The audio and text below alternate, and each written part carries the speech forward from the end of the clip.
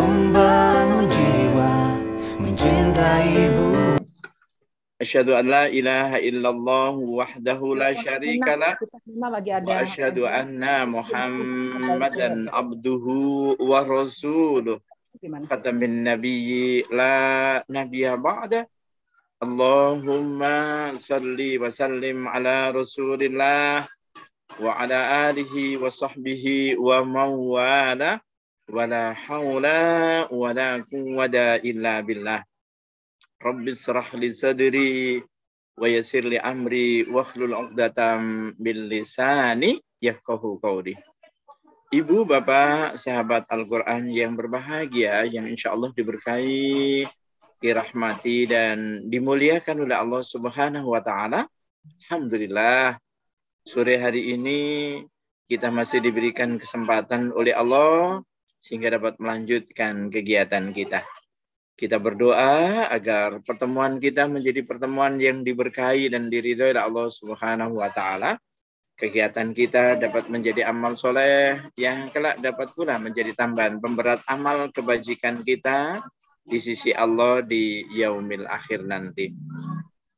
Salawat dan salam kiranya Allah senantiasa melimpahkan pada junjungan kita Nabi besar Muhammad sallallahu alaihi wasallam serta keluarga, sahabat dan pengikut-pengikut yang setia sampai di akhir zaman. Kita berdoa agar Allah senantiasa berkenan membukakan pintu hati kita, mencerdaskan pikiran kita, menguatkan daya ingatan kita, memperluas wawasan ilmu pengetahuan kita. Allah senantiasa mengumpulkannya ayat-ayat Al-Quran dan sunnah-sunnah Rasulnya di dalam dada kita, memfasihkan lidah kita dalam membacanya. Kita senantiasa diberikan kemudahan dalam mengambil pelajaran dan mutiara-mutiara hikmah yang terkandung di dalamnya, untuk selanjutnya kita diberikan kemampuan, kemudahan, kesempatan dan kenikmatan dalam mengamalkan dan mendakwahkannya dalam kehidupan kita sehari-hari. Dengan demikian, semoga kita semua dapat menjadi hamba-hambanya yang diberikan jaminan dapat meraih kesuksesan, kesejahteraan, kebahagiaan, kemuliaan, ridho, dan keberkahan hidup fid dunya wal akhirah. Amin, amin, amin, ya rabbal alamin. Oleh karena itu, mari pertemuan dan kegiatan kita sore hari ini kita buka dan kita awali dengan bersama-sama membaca Ummul Kitab. Ila hadiniyah wa likulli niyatin sholihah wa ila hadratin Nabil Mustafa Rasulullah sallallahu alaihi wasallam. Al-Fatihah. A'udzu billahi minasy syaithanir rajim. Bismillahirrahmanirrahim. Alhamdulillahi rabbil alamin. Ar-Rahmanir Rahim. Maliki yaumiddin. Iyyaka na'budu wa iyyaka nasta'in. Ihdinas siratal mustaqim. Siratal ladzina an'amta 'alaihim ghairil maghdubi 'alaihim waladdallin.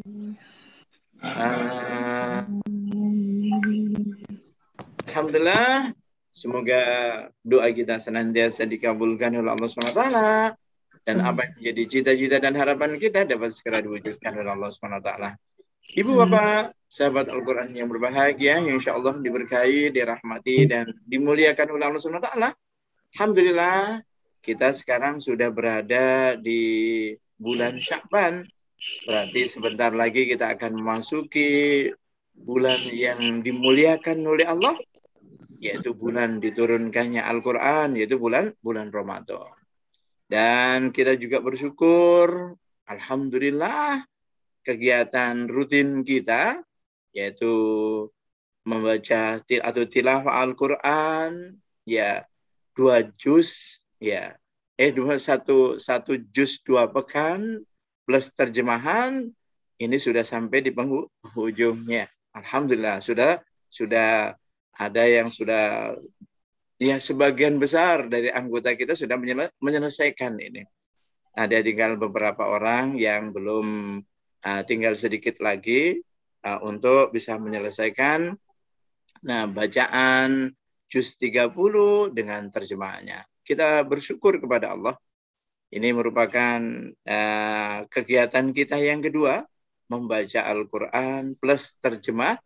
Yang pertama dulu sepekan 1 juz, nah sekarang 2 pekan 1 juz.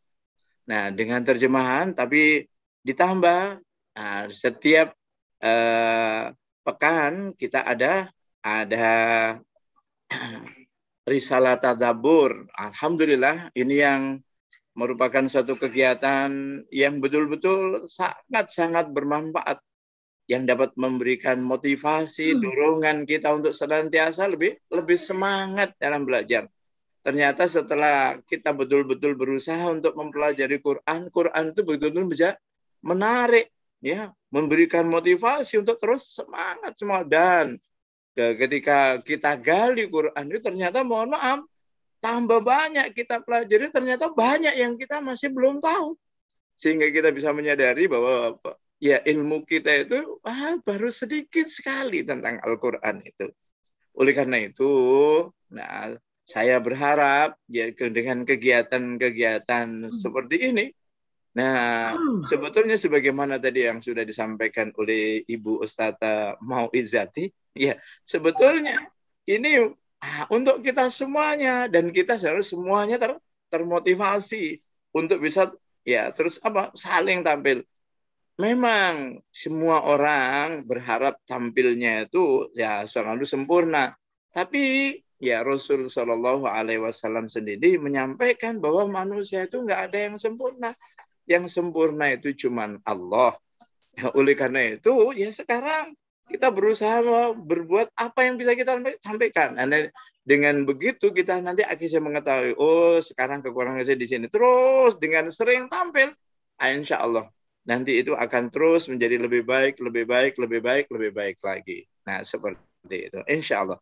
Nah Ibu Bapak sahabat Al-Quran yang berbahagia, insya Allah sebagaimana tadi yang sudah disampaikan oleh Ibu Zuraida, bahwa insya Allah nanti kita khataman tanggal 13 ya ketika Ustadz Doni memberikan pencerahan kepada kita sekalian. Hari ini kita melanjutkan kegiatan ya risalah tadabbur. Kalau di grup Rumah Sakit Cipto yang di sana ya ini beliau ketika 1 Sya'ban ini mulai kembali 1 hari 1 juz ya sampai dengan Ramadan. Jadi baca aja dalam rangka untuk memperlancar bacaan 1 hari 1 juz ya di bulan Sya'ban, kemudian dalam rangka untuk menyambut Ramadan supaya Ramadan nanti bisa khatam 30 juz. Nah, nanti kalau di yang Rumah Sakit Cipto itu mulai 1 Syawal mulai baca dengan terjemahannya lagi. Nah, sekarang tinggal di grup kita, monggo. Mari kita bicarakan bersama nanti setelah kita khataman. Kira-kira enaknya bagaimana? Nanti kita susun. Karena ini waktunya terbatas. Nah, ustazah kita sudah siap untuk menyampaikan risalahnya. Nah, maka kami persilahkan kepada Ibu Ustazah Mauizati Puba untuk menyampaikan risalahnya yang pertama. Kami silakan Ibu. Assalamualaikum warahmatullahi wabarakatuh. Terima kasih. Waalaikumsalam warahmatullahi wabarakatuh. Terlambat ya. Oh enggak, belum, baru mulai nih. Pak Dokter. Bismillahirrahmanirrahim. Assalamualaikum warahmatullahi wabarakatuh. Waalaikumsalam warahmatullahi wabarakatuh. Yang dimuliakan Allah, Ustadz Kuswadi Kusman, dan sahabat-sahabat Al-Quran yang dicintai Allah, sahabat-sahabat Jannahku, semuanya yang saya cintai. Hari ini saya menyampaikan risalah juz 28. Jadi saya masih punya utang 1 risalah, Pak, yaitu juz 30. Ya, 28 dan 29 sudah dibuat. Ya, masih utang 1. Hari ini juz 28 saya memilih surah Al-Jumu'ah ayat 9 dan ayat 10. Firman Allah di dalam surat Al-Jum'ah ayat 9 dan 10 yang artinya, wahai orang-orang yang beriman, apabila diseru untuk menunaikan salat pada hari Jumat, maka bersegeralah kamu untuk mengingat Allah dan tinggalkanlah jual beli. Yang demikian itu lebih baik bagimu jika kamu mengetahui. Apabila salat telah dilaksanakan, maka bertebaranlah kamu di muka bumi dan carilah karunia Allah dan ingatlah Allah sebanyak-banyaknya supaya kamu beruntung. Tafsir yang saya ambil adalah dari Imam Ibnu Katsir yang sangat rinci, banyak sekali uraiannya di dalam terjemahan dalam tafsir beliau. Beliau menyampaikan sesungguhnya hari Jumat itu dinamakan Jumu'ah karena berakar dari kata al-jamu', mengingat kaum muslimin itu melakukan perkumpulan ya untuk setiap 7 harinya sebanyak sekali di dalam masjid-masjid yang besar. Pada hari Jumat semua makhluk telah sempurna diciptakan Allah. Dan sesungguhnya hari Jumat itu merupakan hari ke-6 dari tahun yang Allah menciptakan langit dan bumi. Pada hari Jumat pula Allah menciptakan Nabi Adam. Pada hari Jumat pula Nabi Adam dimasukkan ke dalam surga. Dan pada hari Jumat pula Nabi Adam dikeluarkan dari surga. Pada hari Jumat pula hari kiamat itu terjadi. Di dalam hari Jumat itu terdapat suatu saat di mana tiada seorang hamba pun yang beriman dapat menjumpainya, sedangkan ia dalam keadaan memohon kebaikan kepada Allah di dalamnya, melainkan Allah akan mengabulkan apa yang dimintanya. Hal ini telah dibuktikan oleh banyak hadis sahih yang menceritakan keutamaan hari Jumat ini. Ibnu Hatim mengatakan bahwa Nabi Shallallahu Alaihi Wasallam bersabda, wahai Salman, apakah hari Jumat itu? Salman menjawab, Allah dan Rasulnya lebih mengetahui. Maka Rasulullah Shallallahu Alaihi Wasallam bersabda, hari Jumat itu adalah hari yang padanya Allah menghimpunkan kedua orang tua. Menurut bahasa orang-orang kuno, hari Jumat disebut pula dengan nama hari Arubah. Telah terbuktikan bahwa umat-umat sebelum kita telah diperintahkan Allah untuk menghormati hari Jumat, maka mereka memuliakannya. Tetapi orang-orang Yahudi malah memilih pada hari Sabtu yang tidak bertepatan dengan hari penciptaan Adam. Sementara orang Nasrani memilih hari Ahad yang padanya dimulai penciptaan makhluk.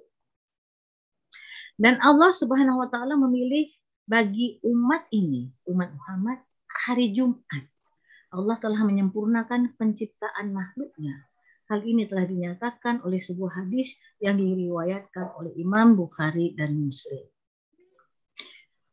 Hadis yang diriwayatkan oleh Abu Hurairah yang mengatakan bahwa Rasulullah SAW bersabda, ini dari lafaz Imam Bukhari, kita adalah orang-orang yang terakhir, tetapi yang paling terdahulu kelak di hari kiamat. Hanya saja orang-orang terdahulu dari kita, mereka diberi kitab sebelum kita. Kemudian sesungguhnya hari Jumat ini adalah hari mereka yang telah difardukan oleh Allah atas mereka. Tetapi mereka berselisih pendapat mengenainya. Dan Allah menunjuki kita kepadanya, maka orang-orang lain mengikuti kita padanya. Orang Yahudi keesokan harinya, yaitu hari Sabtu, dan orang Nasrani hari sesudah hari esok, yaitu hari lusanya pada hari Ahad. Menurut lafaz yang disampaikan oleh Imam Muslim sebagai berikut bunyinya. Allah membutakan orang-orang sebelum kita dari hari Jumat. Maka pada orang-orang Yahudi adalah hari Sabtu dan bagi orang Nasrani adalah hari Ahad. Lalu Allah mendatangkan kita dan menunjuki kita kepada hari Jumat. Dan Allah menjadikan hari Jumat, hari Sabtu, dan hari Ahad itu secara berurutan. Demikianlah pula kelak di hari kiamat, mereka yang akan mengikuti di belakang kita. Kita adalah orang-orang yang terakhir dari kalangan penduduk dunia, tetapi kita adalah orang yang paling pertama mendapatkan peradilannya di antara sesama kelak di hari kiamat sebelum semua makhluk. Allah Subhanahu wa taala telah memerintahkan kepada orang-orang mukmin untuk berkumpul guna mengerjakan ibadah kepadanya di hari Jumat. Maka Allah berfirman, wahai orang-orang yang beriman, apabila diseru untuk menunaikan salat pada hari Jumat, maka bersegeralah kamu untuk mengingat Allah. Ini pada Al-Jumu'ah ayat 9. Ya ini, tuluskanlah niat kamu, bulatkanlah tekad kalian, serta pentingkanlah oleh kalian untuk pergi ke masjid guna menunaikan ibadah kepada. Pengertian yang dimaksud dalam kata-kata sa'yu dalam ayat ini bukanlah menurut pengertian bahasa yaitu berjalan, tetapi melainkan makna yang dimaksud ialah mementingkan niat dan merealisasikannya. Mementingkan ibadah Jumat seperti makna yang terdapat dalam firman Allah dalam surat Al-Isra ayat 19, dan barang siapa yang menghendaki kehidupan akhirat dan berusaha ke arah itu dengan bersungguh-sungguh, sedangkan ia adalah seorang mukmin. Tersebutlah bahwa sahabat Umar Ibnu Khattab dan Ibnu Mas'ud radhiyallahu anhu membaca ayat ini dengan bacaan berikut. Famdu ila zikrillah, yang artinya maka bergegaslah kamu untuk mengingat Allah. Adapun berjalan cepat menuju tempat sholat, maka sesungguhnya hal ini tidaklah dikehendaki. Sebab ada sebuah hadis di dalam kitab Sahihain yang menerangkan bahwa Imam Bukhari dan Imam Muslim melalui Abu Hurairah bahwa Nabi telah bersabda, apabila kamu mendengar iqamah, maka berjalanlah kamu menuju tempat salat. Langkahkan kakimu dengan tenang. Jangan kamu melangkahkannya dengan cepat-cepat atau tergesa-gesa. Maka apa saja bagian salat yang kamu jumpai atau yang dapat kamu lakukan, kerjakanlah. Dan apa yang tertinggal olehmu, maka sempurnakanlah.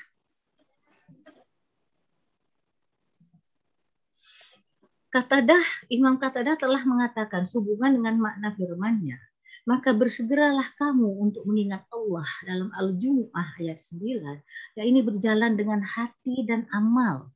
Itulah yang dimaksud dengan pengertian berjalan menuju ke tempat sholat. Disunatkan bagi orang yang mendatangi salat Jumat, hendaklah terlebih dahulu mandi sebelumnya.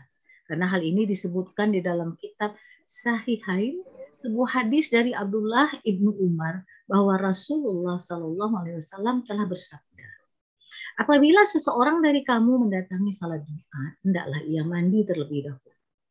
Diriwayatkan dari Abu Hurairah bahwa Rasulullah SAW telah bersabda, hal yang diwajibkan Allah atas tiap-tiap orang muslim ialah mandi sekurang-kurangnya sekali dalam 7 hari, yaitu membasuh kepala dan seluruh tubuhnya. Hadis ini mempunyai banyak jalur periwayatan dan banyak lafaznya, dan telah diketengahkan oleh Arba'ah dan dinilai hasan oleh Imam Tirmizi. Telah diriwayatkan pula oleh Abu Hurairah radhiyallahu anhu bahwa Rasulullah pernah bersabda, barang siapa yang mandi pada hari Jumat seperti mandi untuk janabah, kemudian dia berangkat pada saat pertama, pada kesempatan pertama, maka seakan-akan ia mengorbankan seekor unta. Dan barang siapa yang berangkat pada kesempatan kedua, maka seakan-akan ia mengorbankan seekor sapi betina. Barang siapa berangkat ke masjid pada saat atau kesempatan ketiga, seakan-akan dia telah mengorbankan seekor kambing kibas yang bertanduk. Dan barang siapa yang berangkat pada kesempatan keempat, maka seakan-akan dia mengorbankan seekor ayam. Barang siapa berangkat salat Jumat pada kesempatan kelima, maka seakan-akan dia telah mengorbankan sebutir telur. Dan apabila imam telah muncul di mimbar menyampaikan khutbah, maka malaikat hadir mendengarkan zikir dan khutbah tersebut. Hadis diketengahkan oleh Imam Bukhari dan Muslim menegaskan juga hal ini. Disunatkan pada baginya memakai pakaian yang terbaik. Jadi di samping kita mandi dan menyegerakan diri untuk datang ke masjid disunahkan pula memakai pakaian yang terbaik, memakai wangi-wangian, lalu bersiwak dan membersihkan diri sebaik-baiknya. Di dalam hadis Abu Sa'id telah disebutkan mandi pada hari Jumat wajib atas setiap orang yang baligh, juga bersiwak dan mengenakan wangi-wangian yang dimiliki oleh keluarganya. Imam Ahmad mengatakan dari Ayyub Al-Ansari bahwa ia telah mendengar Rasulullah Shallallahu Alaihi Wasallam bersabda, barang siapa yang mandi pada hari Jumat dan memakai wangian keluarganya apabila dia mempunyainya dan mengenakan pakaian yang terbaiknya, kemudian ia keluar hingga sampai di masjid, lalu ia melakukan salat, jika ia menginginkan, kalau ia melakukan salat sunnah dan dia tidak mengganggu orang lain yang sudah lebih dahulu datang ke masjid, kemudian dia diam penuh perhatian di saat imam menyampaikan khutbah, maka hal itu menjadi kifarat baginya terhadap dosa-dosa yang ada pada hari itu sampai dengan hari Jumat berikutnya. Di dalam kitab Sunan Abu Daud dan Ibnu Majah disebutkan melalui Abdullah ibnu Salam radhiyallahu anhu bahwa ia pernah mendengar Rasulullah bersabda atas mimbarnya, tiadalah beban bagi seseorang di antara kamu seandainya dia membeli sepasang pakaian untuk hari Jumatnya selain dari sepasang pakaian untuk kerjanya. Jadi Rasul sangatlah menganjurkan kita membeli baju yang baik untuk salat Jumat, jadi yang berbeda dengan baju yang sehari-hari kita pakai. Diriwayatkan dari Aisyah radhiyallahu anha bahwa Rasulullah Shallallahu Alaihi Wasallam berkhutbah pada orang-orang pada hari Jumat, lalu beliau melihat ada salah seorang yang mengenakan pakaian sehari-hari. Kemudian beliau Shallallahu Alaihi Wasallam bersabda, tidaklah dibebankan kepada bagimu jika mempunyai kelapangan untuk mengambil sepasang pakaian untuk salat Jumat selain dari pakaian lain yang dipakai untuk kerja. Selanjutnya firman Allah yang diseru, apabila diseru untuk menunaikan salat pada hari Jumat, yang dimaksud dengan seruan ini adalah seruan kedua yang biasa dilakukan di hadapan Rasulullah. Apabila beliau keluar dari rumahnya dan duduk di atas mimbarnya, maka pada saat itulah azan diserukan kepadanya. Adapun mengenai seruan pertama yang ditambahkan oleh Amirul Mukminin Utsman bin Affan radhiyallahu anha, sesungguhnya hal itu dilakukan mengingat banyaknya orang-orang sebagaimana diriwayatkan oleh Imam Bukhari. Dari As-Sa'ib Ibnu Yazid mengatakan bahwa dahulu seruan azan pada hari Jumat itu dilakukan apabila imam telah naik ke atas mimbar. Di masa Rasulullah, di masa Abu Bakar, dan juga di masa Umar. Ketika pemerintahan Utsman bin Affan berlangsung beberapa masa, dari orang-orang itu bertambah banyak. Jadi umat Islam semakin banyak, maka ditambahkanlah seruan kedua di atas Az-Zawra. Az-Zawra itu yaitu diserukan azan dari atas sebuah rumah yang dikenal dengan sebutan Az-Zawra, merupakan rumah yang paling tinggi di Madinah pada masa itu, dan rumah itu berada di dekat masjid. Dari Ibnu Hatim mengatakan bahwa pada mulanya seruan di hari Jumat dilakukan hanya sekali, yaitu pada saat imam muncul di mimbar untuk berkhutbah sampai dengan salat diiqamahkan. Seruan itu bila telah diserukan maka diharamkan kita melakukan jual beli. Kemudian di masa pemerintahan Khalifah Utsman, ia memerintahkan agar dilakukan pula seruan azan lainnya, itu sebelum imam muncul pada semua orang dikumpulkan. Sesungguhnya yang diperintahkan untuk menghadiri salat Jumat itu hanyalah kaum lelaki yang merdeka, bukan budak, bukan pula wanita dan anak-anak. Dan dimaafkan untuk tidak melakukan salat Jumat bagi musafir, orang yang sedang sakit, dan orang yang merawat orang sakit, dan lain sebagainya yang termasuk ke dalam uzur yang diterima. Yang pembahasannya secara rinci telah terdapat di dalam kitab-kitab fikih. Selanjutnya penjelasan dari Ibnu Katsir tentang bersegeralah untuk mengingat Allah dan tinggalkanlah olehmu jual beli bila saat telah diserukan untuk sholat. Karena itulah maka para ulama sepakat bahwa haram melakukan jual beli sesudah azan yang kedua. Tapi mereka berselisih pendapat mengenai masalah jual beli secara mu'attah, yaitu bayar dan terima tanpa ijab kabul. Ada dua pendapat mengenainya, tetapi menurut makna lahiriah ayat, hal itu juga tidak sah dilakukan. Hanya Allah yang maha mengetahui.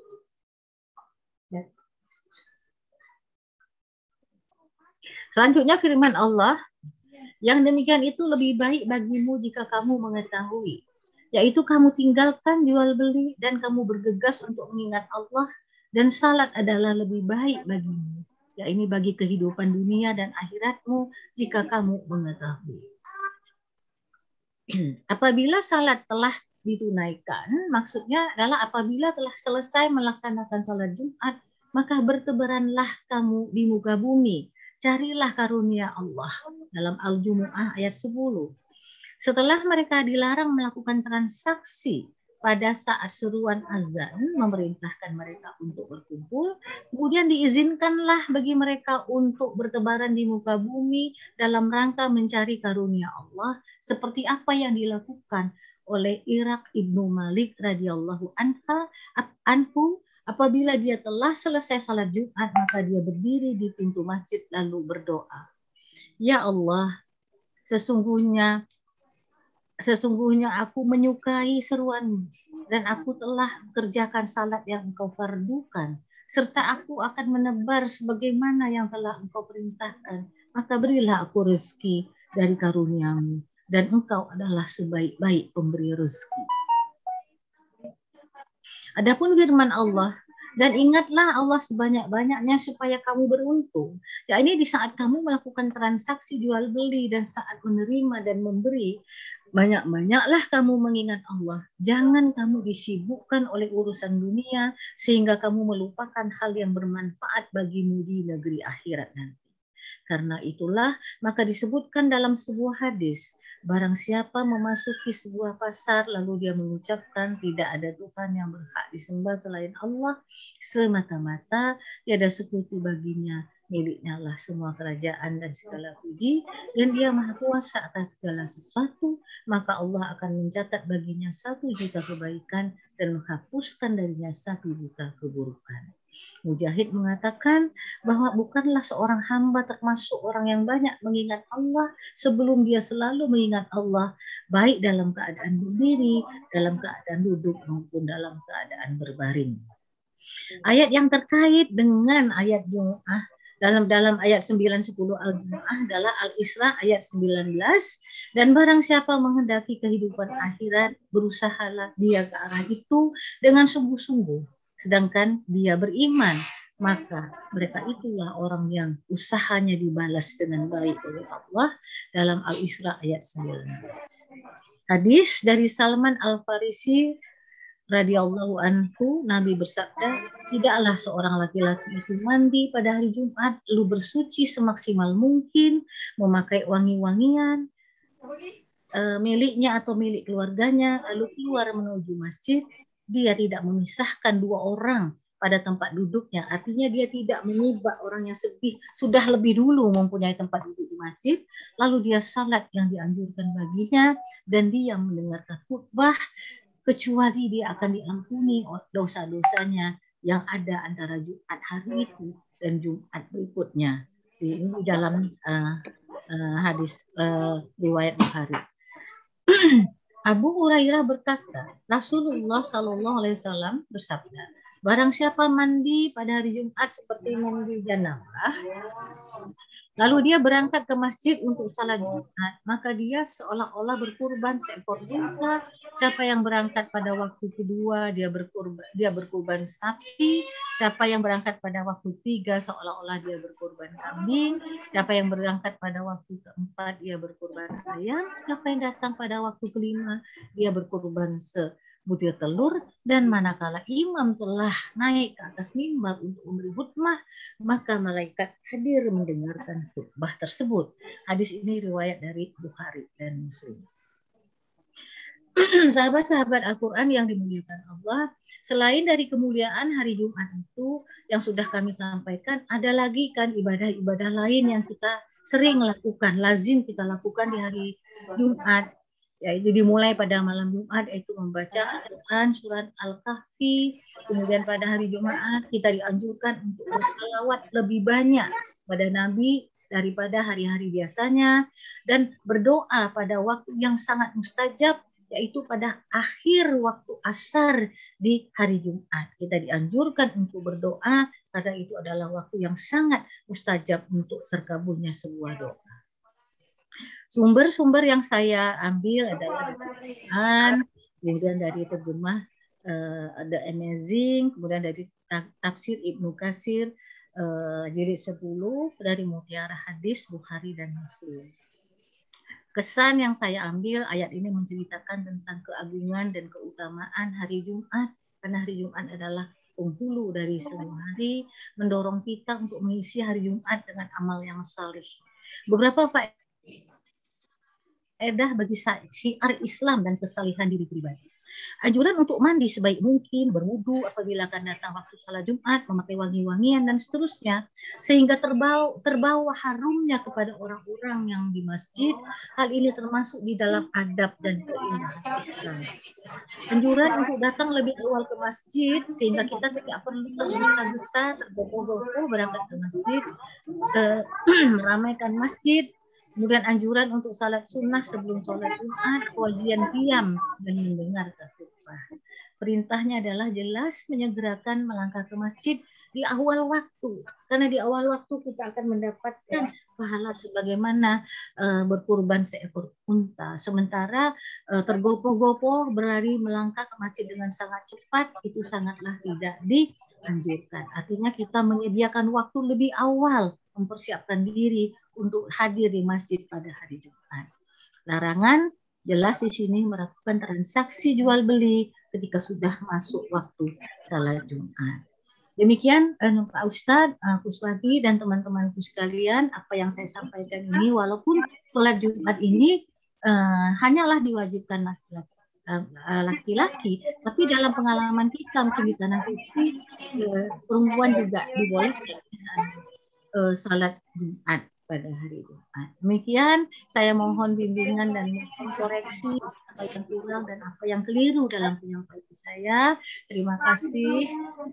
Billahi taufik wal hidayah. Wassalamualaikum warahmatullahi wabarakatuh. Waalaikumsalam warahmatullahi wabarakatuh. Jazakillah khairan katsiran, Ibu Ustazah Mauizati Purba. Alhamdulillah, apa yang sudah disampaikan sudah rinci sekali, sudah mencakup seluruhnya, baik Qur'annya maupun hadisnya.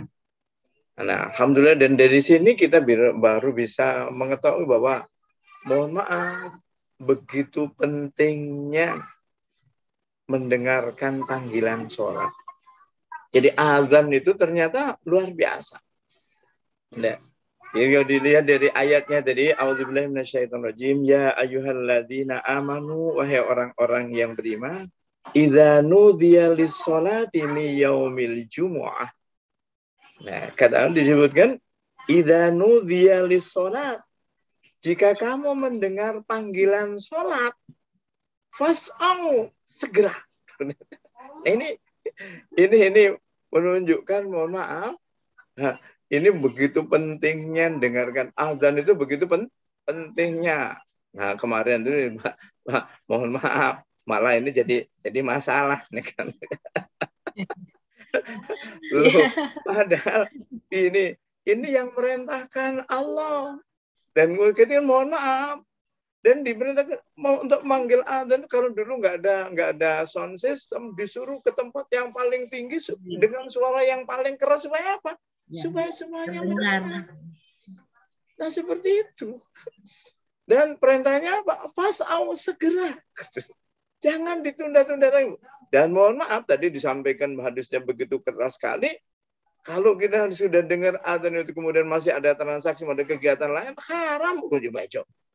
Subhanallah. Kalau sudah mendengar akan azan, coba. Ini menunjukkan begitu Begitu karena apa? Mohon maaf, Bapak. Ini panggilan Allah lah. Kalau Allah yang manggil, kita dipanggil presiden aja cuma mohon maaf, Bapak dan Ibu. Kita dipanggil presiden aja kira-kira mohon maaf. Dipanggil jam 10 kira-kira datangnya jam berapa? Jam 9. Coba. Tadi kan jam 9 sudah datang. Terus kemudian pakaiannya itunya semua ditata demikian rupa.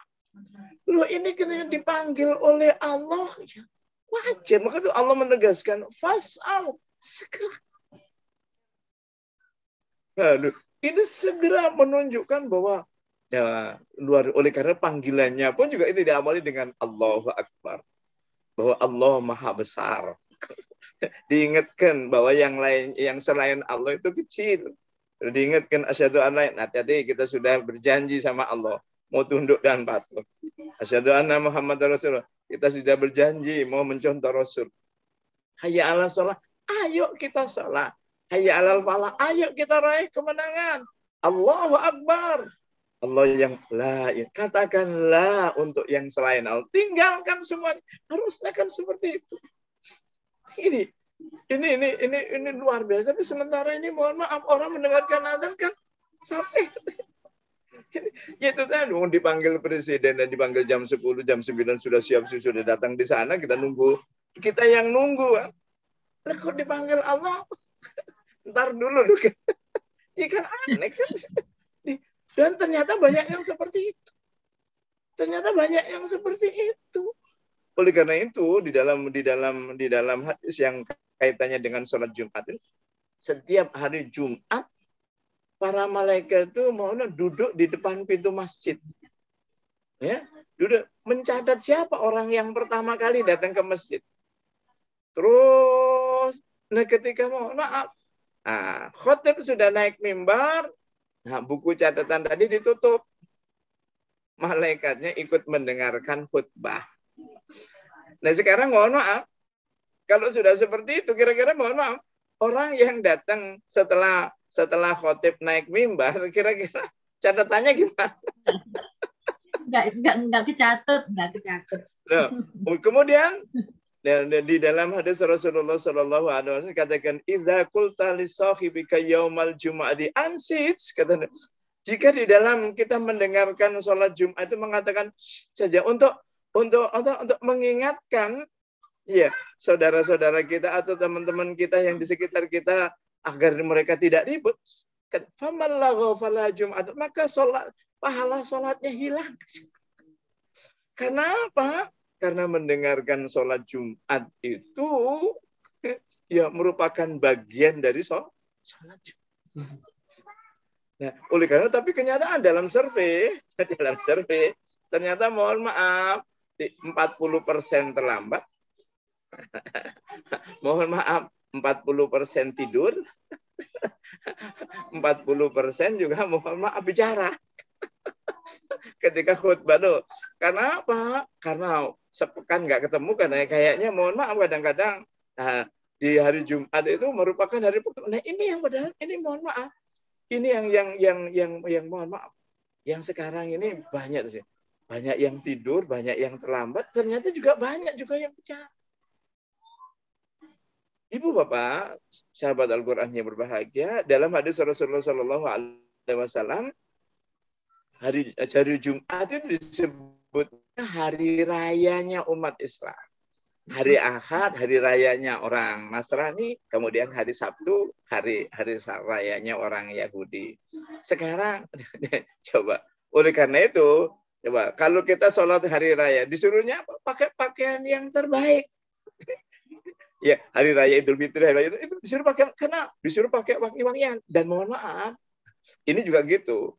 Nah, kalau menurut hadis ayat ini tadi bunyi ya ayyuhalladzina amanu, sebenarnya yang dipanggil itu semuanya orang yang beriman. Hanya orang yang sakit, yang tua, yang sepuh, anak-anak, wanita ada rukhsah. Untuk tidak ada rukhsah ini tidak ada, tapi yang dipanggil ya ayyuhalladzina amanu. Sama dengan ya ayyuhalladzina amanu kutiba alaikumusiyam. Ada rukhsahnya juga. Barang siapa yang sakit, barang siapa yang dalam perjalanan, barang siapa yang tidak mampu, Nah itu rukso semuanya. Tapi kalau kita bisa datang, karena kaitannya dengan tadi. Nah kalau sekarang kita nggak datang, kemudian di rumah ngadakan aktivitas, atau di kantor kita ngapain? Oleh karena itu, coba ini kaitannya dengan ayat 10-nya, Bu. Dengan ayat 10. Ya, dengan ayat 10 Allah menjelaskan a'udzubillahi minasyaitonirrajim wa idza ra'a tujaratan ya aw lahwan faddu ilaihi wa tarakuka qa'ima. Disebutkan apabila mereka melihat perdagangan atau permainan, ya mereka segera menuju kepadanya. Ya, disebutkan oleh Allah, ya, disebutkan ya, dan meninggalkan, maksudnya ayat ini di masjid ada orang khutbah, ada orang sholat Jumat.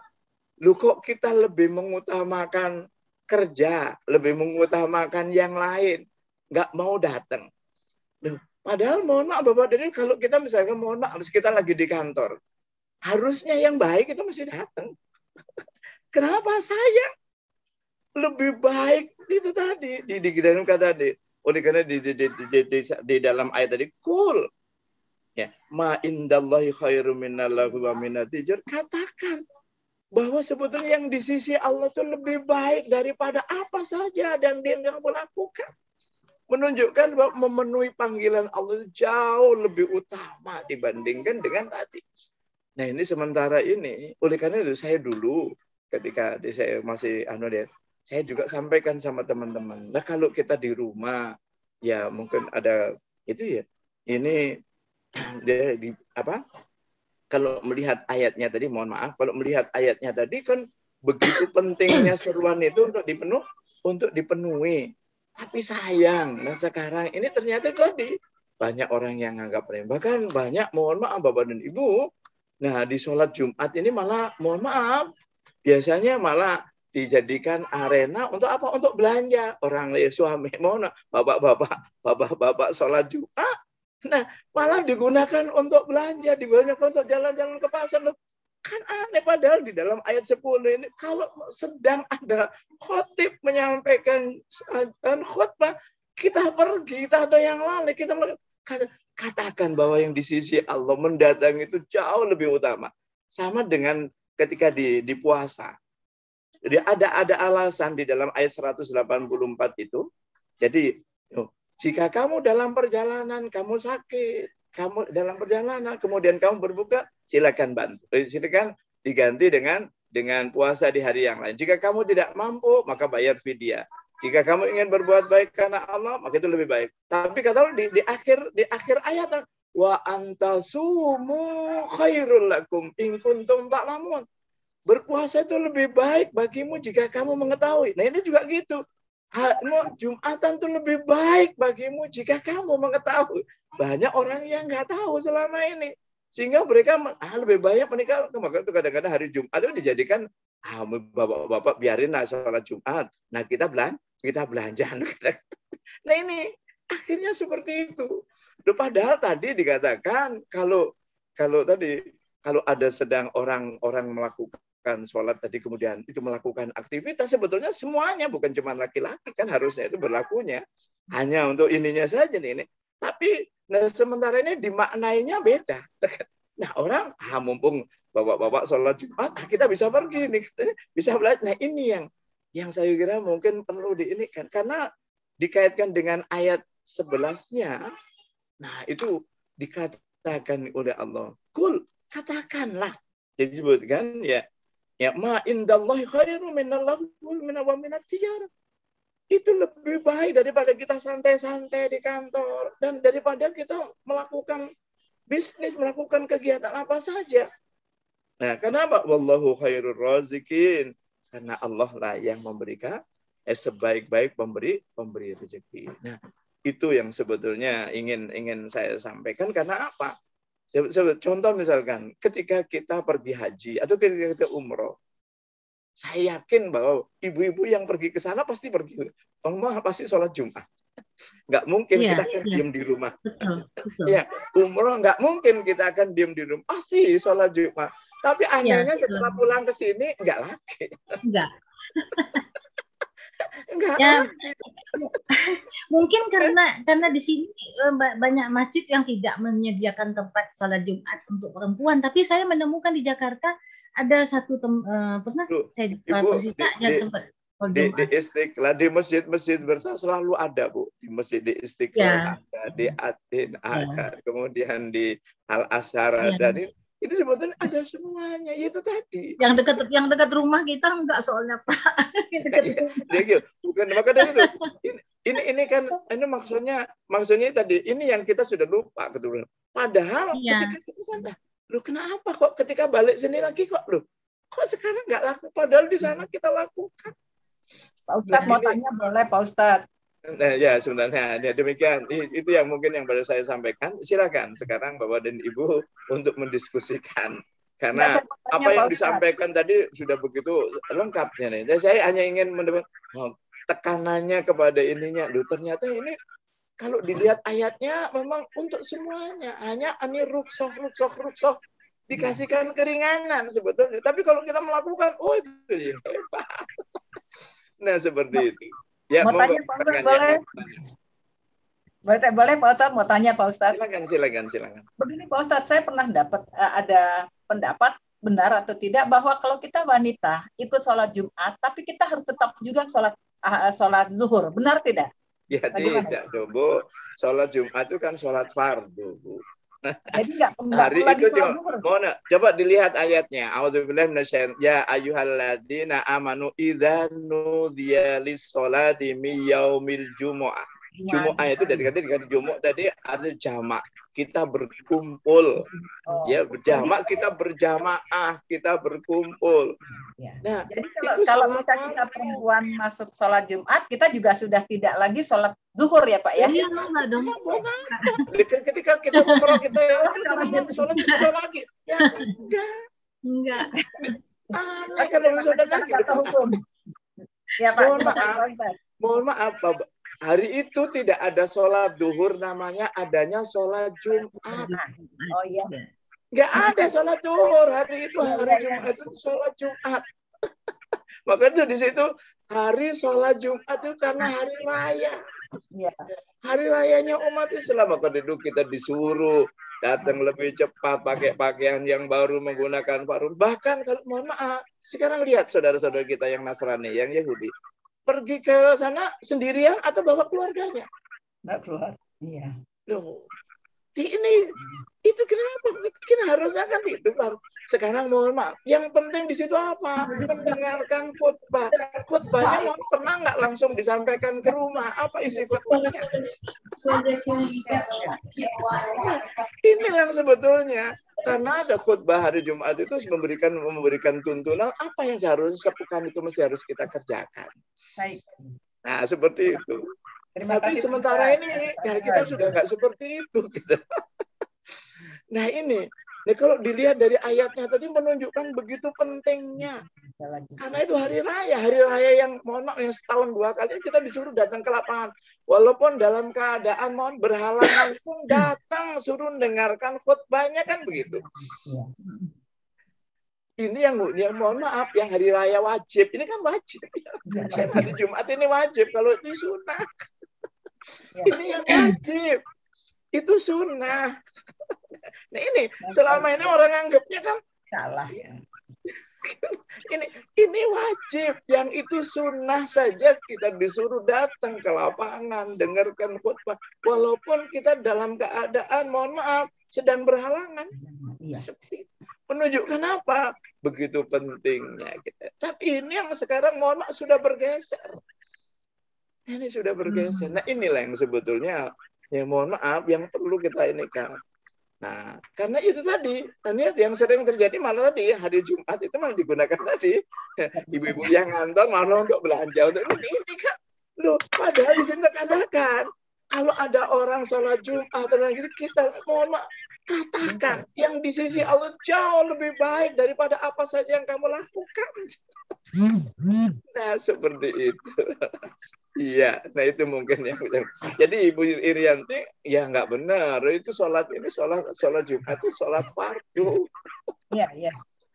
Jadi kalau kita sudah sholat Jumat, ya kita nggak sholat lagi sholat ini, nggak sholat duhur. Karena hari itu nggak ada sholat duhur, sebenarnya adanya sholat hari Jumat. Maka itu sebenarnya untuk semuanya seharusnya. Tapi selama ini kita pahaminya.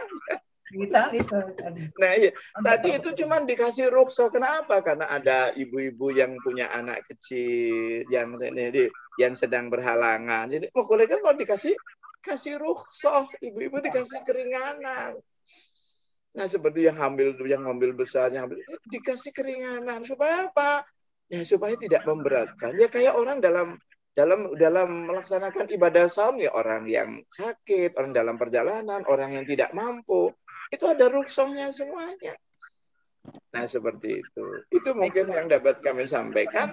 Barangkali mungkin di antara Bapak dan Ibu ingin mendiskusikan, monggo kami persilakan. Pak Ustadz Kradi, Pak Ustadz mohon maaf, berarti kayak kita sudah seperti ini pensiun, tidak ada tanggungan lagi, tidak ada apa lagi. Itu sholat Jumat itu wajib bagi perempuan gitu Pak Kuswadi ya? Bukan, kata di dalam di ayat 11 tadi. Katakanlah bahwa yang di sisi Allah itu lebih baik. Makanya dengarkan khutbah, ikut Jumatan. Itu jauh lebih baik bagimu jika kamu tahu. Di ayat 11-nya ditekankan di situ. Supaya kita mohon maaf. Kita harus berusaha. Kenapa? Kita akhirnya mendapatkan informasi pencerahan setiap hari Jumat dari khotib. Jadi kita mendapatkan itu. Bisa sholat berjamaah, bisa ketemu dengan ini. Nah, untuk silat dan untuk memperkuat persatuan sebetulnya dalam rangka untuk itu. Tapi Pak Kuswadi di masjid BKPM aja ceweknya nggak ada. Nggak ada itu dia. Iya Ibu, ya karena pemahamannya selama ini saya ada Pak Kuswadi. Saya gimana di BKPM kan sudah nyarankan juga seperti itu. Ayo Jumatan, karena apa lo coba kan di kantor mau ngapain? Kan lebih baik datangin itu sholat Jumat kan.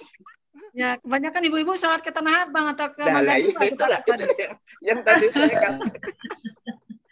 Pak Ustadz, kalau kita lagi di Mekah, lagi di Masjidil Haram, kalau pas lagi sholat Jumat juga kita disuruh dikirim suruh keluar. Gitu kan Pak? Enggak, sholat Jumat. Ya Jumat soalnya pokoknya semuanya harus kalau kayak diusir-usir gitu kita. Kalau ini mau sholat Jumat baru diusirin. Mungkin karena memang safnya udah penuh sama pria kali ya saya juga. Tapi kita disuruh keluar pokoknya diusir-usir juga gitu. Tapi rata-rata kita waktu pergi haji, waktu umroh, kita sholat Jumat nggak sholat Jumat. Kita pasti akan sholat Jumat. Umroh masih kalau di Madinah jelas sudah diberikan tempat. Kalau di Madinah kan ada babun nisa, ada khusus tempat wanita. Kalau di Mekah ini karena itu sebetulnya memang harus diberikan tempat. Ya karena kalau seperti di Madinah nggak bisa karena apa? Ada tempatnya khusus memang. Ada khusus memang pintu. Mungkin karena udah penuh. Anak seperti mungkin karena udah lebih banyak laki-laki kali ya, udah lebih banyak laki-lakinya kali ya, jadi makanya jadi nggak ada gitu ya kali ya, begitu kali ya. Iya, nah seperti itu. Nah ini yang sebetulnya harus mulai diinikan. Karena apa? Kalau dilihat dari ayat yang 11 tadi, jadi memang menghadiri sholat Jumat itu jauh lebih utama dibandingkan dengan yang lain. Daripada di rumah, daripada di kantor, daripada diam, lebih baik. Tapi maaf Pak Ustadz Kuswadi, nanti kayak masjid dekat-dekat rumah ini, kalau kita datang mungkin juga orang heran lihat loh, ini cewek kok ikut sholat Jumat gitu. Takutnya begitu. Iya gitu. Tapi selama ini pemahamannya seperti datang gitu, itu takutnya begitu Pak Ustadz. Kalau di dekat kantor saya di Citerep Pak Ustadz ya, itu bahkan sholat tarawih aja nggak ada yang perempuan Pak. Sholat tarawihnya nggak ada yang perempuan, jadi nggak tepat. Iya memang. Karena ada, yaitu tadi, ada memang hadis yang mengatakan sebaik-baik wanita itu sholatnya di rumah. Tadi. Tapi juga ada hadis yang lain mengatakan jangan kamu Jadi kalau suami jangan sekali-kali kamu melarang istrimu kalau istrimu minta izin untuk sholat ke masjid. Dan mohon maaf, karena di Madinah sendiri diberikan tempat khusus, ada babun nisa, ada tempatnya wanita, jadi menunjukkan bahwa di situ tuh memang. Dan kalau kita lihat di dalam surat Ali Imran ayat 43, di situ Maryam pun sholatnya berjamaah. Nah, gitu. Nah, seperti itu. Monggo, siapa ya? Masih ada yang menanyakan? Maaf Ustadz, mau nyambung yang tadi Ustadz. Ada habisnya. Saya nih Dokter Ana Ustadz. Oh iya, silakan dokter. Ya, mau nyambung, maaf saya off kamera. Mau nyambung yang di Mekah tadi, mungkin diusir karena waktunya Ustadz. Jadi kalau kita berangkat dari rumah jam 9, itu kan masih lowong. Saya ada di dalam soalnya Bu waktu itu Bu, ada di dalam, pagi ada di dalam. Ya, mungkin ada di dalam, terus kemudian mungkin saya tadi karena banyak laki-laki, kayak banyak di ruang karena kan imamnya kan lebih dekat ke imam gitu kan, mungkin itu karena areanya sudah penuh banget dengan mungkin makanya diusir, mungkin seperti itu sih. Itu juga sih. Ya, diteruskan dulu, Dokter Ana, silakan. Gimana? Gini Ustadz, ya memang saya sama dengan Ustadz, nggak ada yang dilarang di Madinah, di Mekah memang disiapkan tempat dan orang sangat mencari, orang sangat menunggu tuh sholat Jumat. Makanya kalau kita umroh dapat Jumat 2 kali itu bahagia sekali gitu. Kan bisa tuh kalau hari kadang kita sampai sana Jumat kan dapat Jumat 2 kali itu. Nah itu bahagia sekali itu. Ya jadi memang kita nunggu. Tapi kita setelah kembali ke Jakarta, memang tadi memang benar tidak semua masjid, ya tidak semua masjid dan tidak semua orang menerima kehadiran kita. Mungkin kalau di tempat yang belum biasa kehadiran kita mungkin masih belum umum untuk di Indonesia. Mungkin saya ingin bertanya ke Ustadz, di negara mana yang selain Arab Saudi yang wanitanya sholat Jumatnya sudah rutin gitu Ustadz? Selain Medina. Iya, saya ini nggak pernah keluar negeri. Oh ya, saya coba lihat di Maroko. Maroko kan agak kental juga tuh. Iya. Jadi memang seperti itu. Jadi sebetulnya ya tadi juga yang dikatakan diusir tadi, kalau posisi ibu-ibu itu terlalu ke depan, karena nggak boleh, mohon maaf, jamaah laki-laki di belakang ibu-ibu kan nggak boleh itu. Maka kita juga kalau misalnya mau mengambil anunya kan gitu. Nah, itu kan masih diberikan tempat yang khusus gitu. Memang wanita itu supaya nggak, mohon maaf, jangan di belakang di depannya laki-laki. Betul. Nah, itu lah ya. Makanya kenapa diusir itu karena di belakangnya. Ya karena betul, makanya mungkin karena itu yang karena jadi masalah. Mungkin kebetulan ya. Tapi kalau di sampingnya boleh, tapi kalau di belakangnya nggak boleh. Nah, seperti itu. Nah, depan laki-laki, betul. Nah, itu yang jadi kenapa sih kok ini? Karena di belakangnya masih banyak laki-laki, karena banyak posisi. Ya, betul. Mungkin karena penuh, ya benar. Atau memang dibuatkan tempat yang khusus untuk seperti itu. Nah, kalau seperti di Madinah kan dibuatkan khusus itu. Sehingga di sana nggak ada lagi laki-laki seperti itu. Ya, nah ini memang ya terus kalau dilihat dari ayat ini memang begitu kita dianjurkan sekali. Sampai tadi dikatakan dalam hadisnya kalau kita punya aktivitas yang lainnya aja diharamkan, bayangin aja kan. Lu kok kita malah senang di rumah, senang diam, lu kan sayang sebetulnya seperti itu. Tapi pemahaman seperti ini memang tidak semua itu. Nah, tidak semua ulama sama. Nah, saya sendiri juga, saya tuh dilihat dari, kalau saya bandingkan ayat tadi, ayat 9 sama ayat ke-11. Nah, ini ternyata itu tadi, kenapa sih kok kita disuruh segera? Kenapa disuruh meninggalkan itu? Ternyata di 11-nya dikatakan seperti itu. Bahwa kesimpulan di 11-nya, karena apa saja yang kita lakukan di luar itu, kata Allah, katakan menghadiri Jumat itu lebih baik.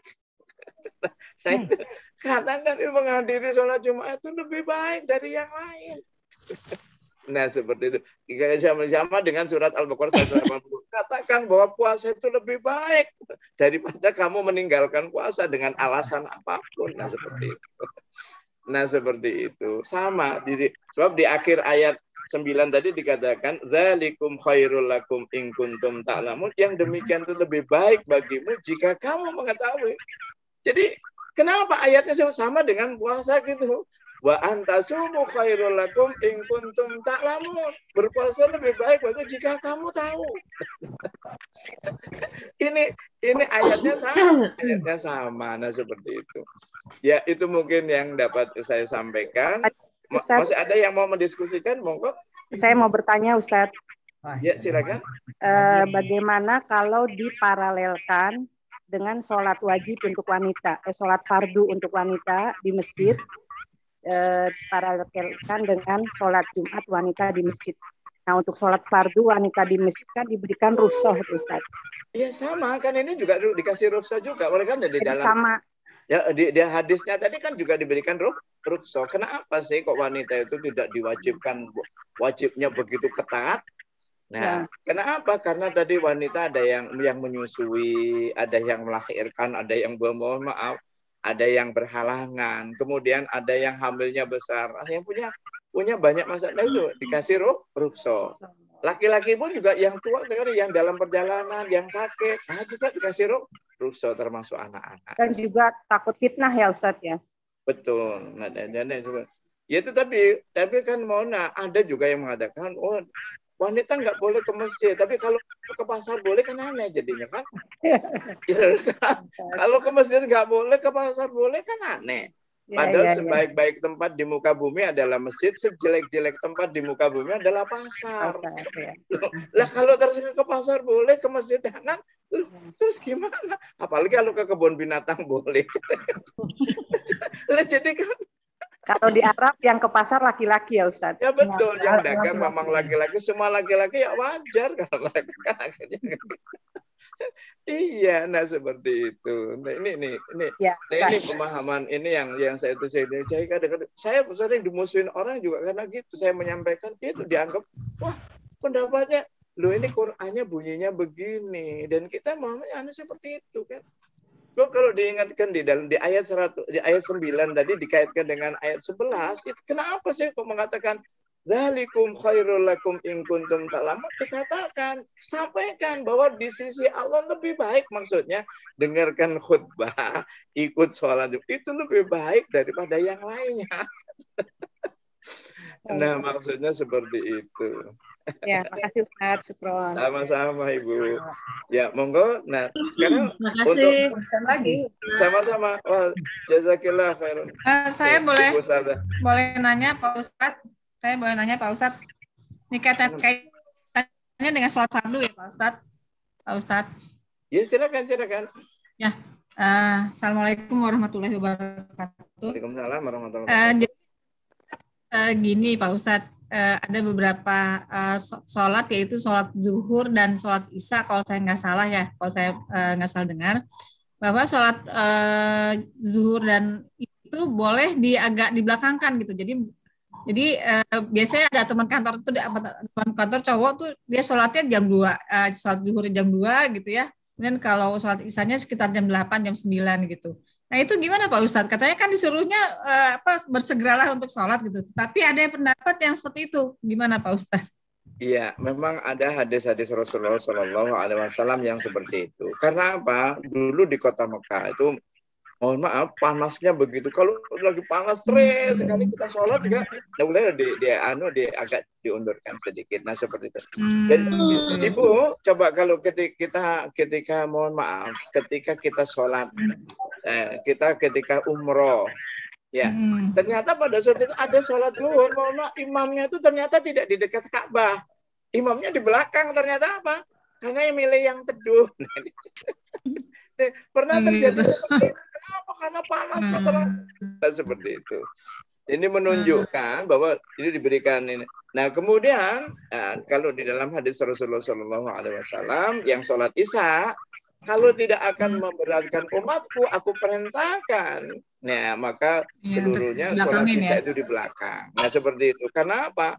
Karena supaya nyambung dengan sholat malam, sholat tahajudnya. Jadi karena supaya anunya ke sana, seperti itu. Itu untuk sholat duhur sama sholat sholat duhur sama sholat. Sholat duhur sama Memang isya. di dalam hadis yang lainnya, ya di dalam hadis yang lainnya mengatakan bahwa hadis yang menegaskan bahwa amalan yang paling dicintai oleh Allah ada 3, ya, as-sholatu li waqtiha, birrul walidain, jihadu fisabilillah. Nah, ada sholat pada waktunya, ya awal waktu berjamaah, kemudian berbakti pada orang tua dan berjihad di jalannya.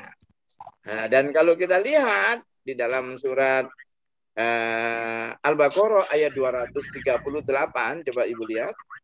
Surat Al-Baqarah ayat 238. Boleh saya baca Pak Ustadz? Silakan Ibu. A'udzubillahi minasyaitonirrajim. Bismillahirrahmanirrahim. Peliharalah semua sholat itu. Nah, Allah menjelaskan kepada hafidhu ala sholawat. Peliharalah. Ya, setiap sholat, semua sholat itu tidak dipelihara. Dipelihara waktunya, diberi kekhusyuannya, syarat rukunnya, jamaah itu kita disuruh memelihara. Karena kita akan menjadi orang yang beriman, yang beruntung kalau syaratnya itu. Coba dibuka surat 23. Surat ayat 1, 2 dan ayat 9. Surat Al-Hajj, bukan 23 Al-Mu'minun. Iya.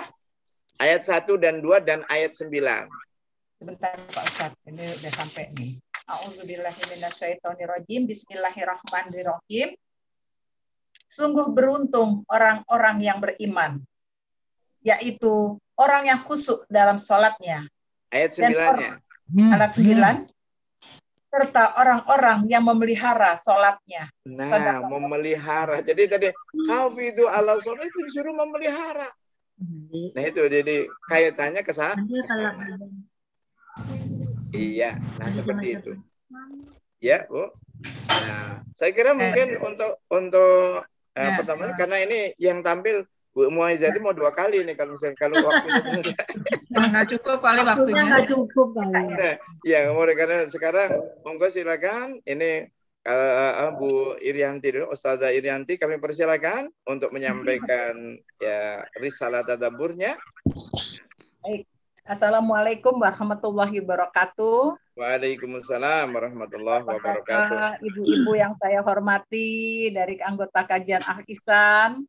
Kali ini saya akan mencoba menadaburi surat Al-Zumar, juz 24, ayat 10.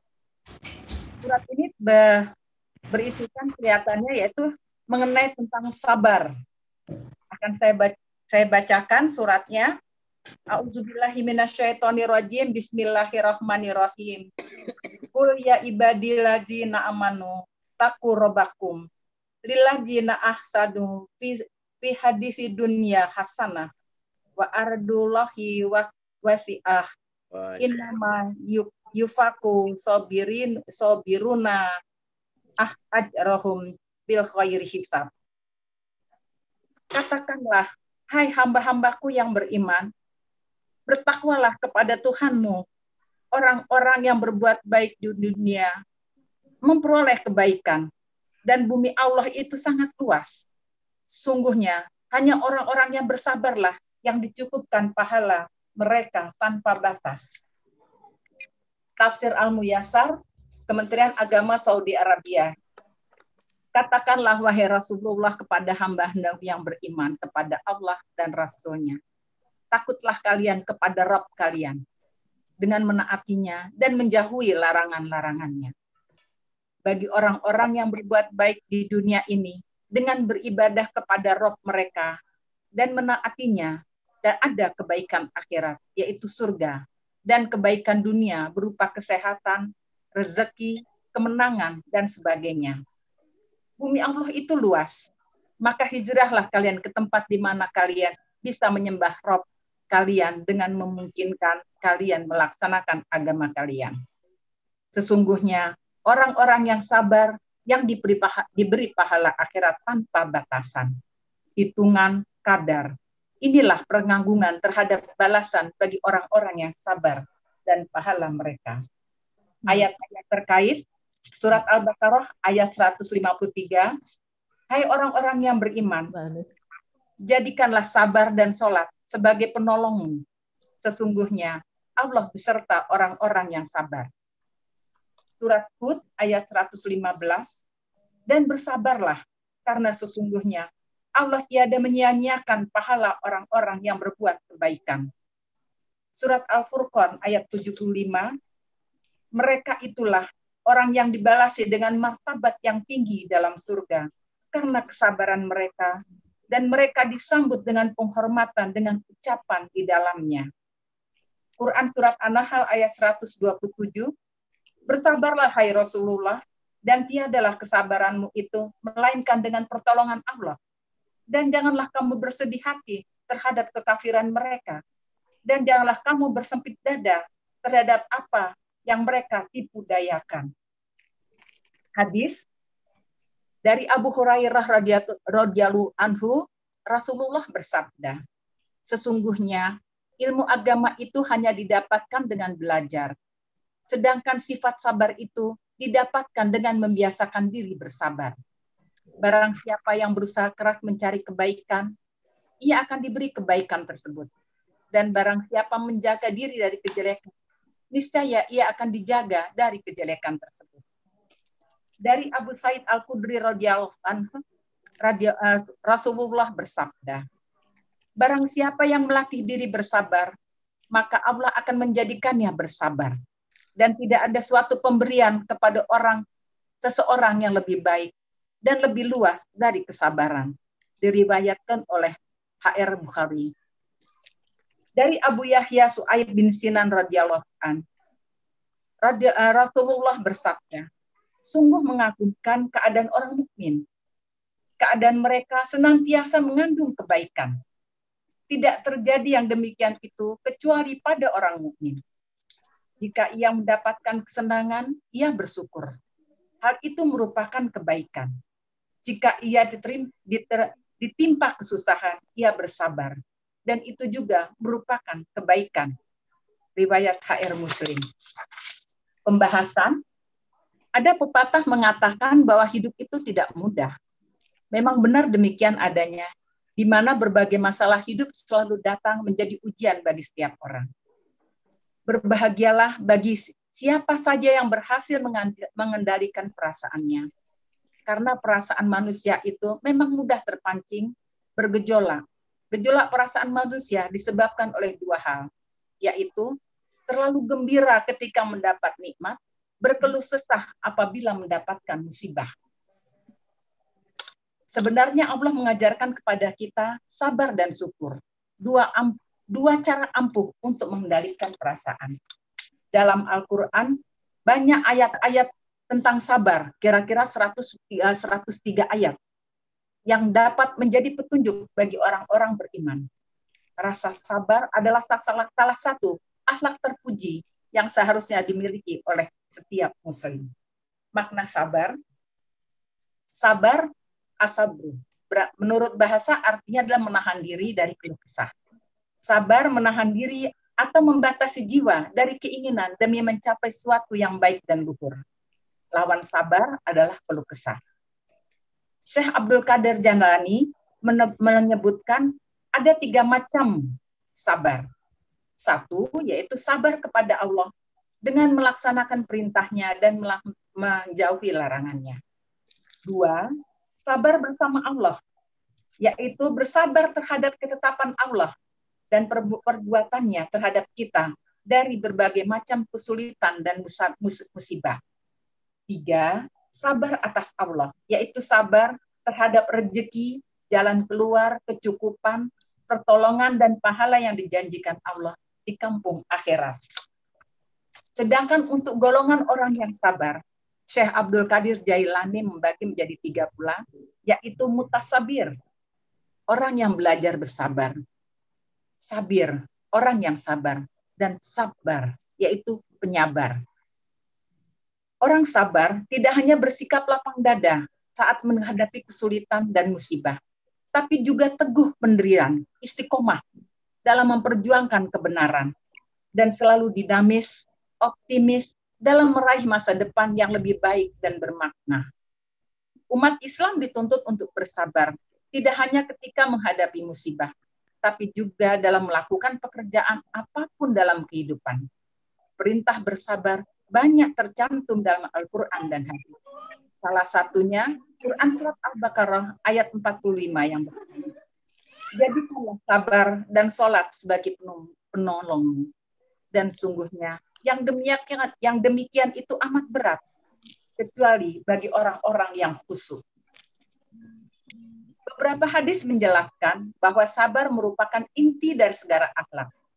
Imam Bukhari dalam riwayatnya mengatakan, tidak ada seorang pun yang dianugerahi sesuatu yang lebih baik dan lebih luas melebihi kesabaran. Barang siapa yang berusaha menjaga diri, maka Allah menjaganya.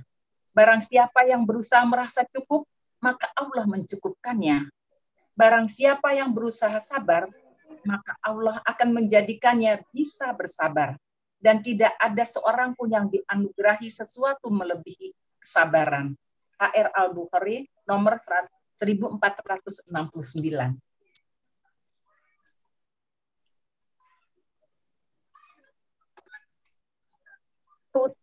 Keutamaan dalam sabar, keutamaan sabar dalam Islam.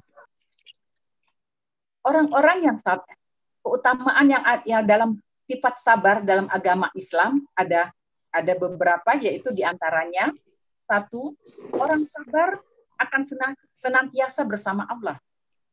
Sabar adalah suatu tindakan mulia yang disukai Allah. Oleh karena itu, siapapun yang selalu menerapkan dan mengusahakan kesabaran dalam menjalani kehidupan akan selalu dicintai dan dekat dengan Allah Subhanahu wa Ta'ala. Sabar adalah ladang pahala tanpa batas. Allah berjanji akan menganugerahi pahala kepada umatnya yang sabar. Hal ini dijelaskan dalam Quran Surat An-Nahl ayat 96 yang berbunyi, apa yang ada di sisimu akan lenyap, dan apa yang ada di sisi Allah adalah yang kekal.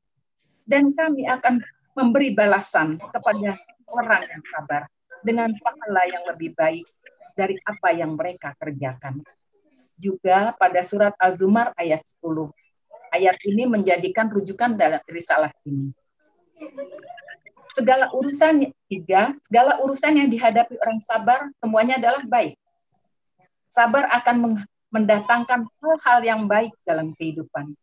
Bahkan meskipun kita di tengah masalah ujian dalam kehidupan, karena setiap masalah dan ujian yang kita hadapi pastilah akan mendatangkan hikmah dan kebaikan bagi diri kita dalam kehidupan kita.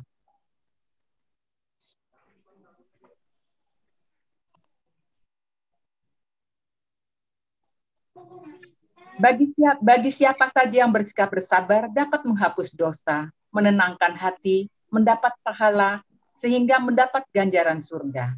Dengan bersabar juga, kita akan dibukakan kemudahan dengan menyelesaikan berbagai macam masalah.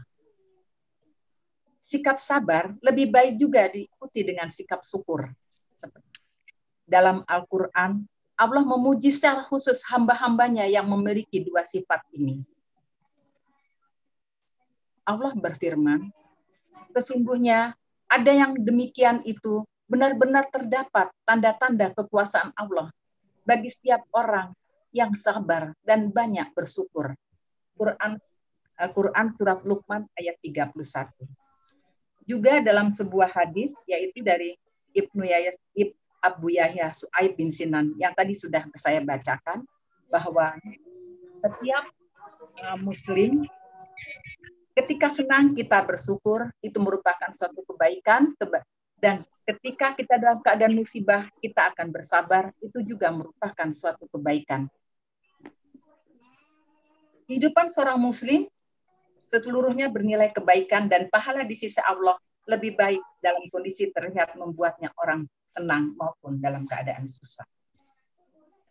Seorang hamba yang sempurna imannya akan selalu bersyukur kepada Allah dalam segala keadaan. Dia ridho akan ketetapan Allah dan ketentuan takdirnya.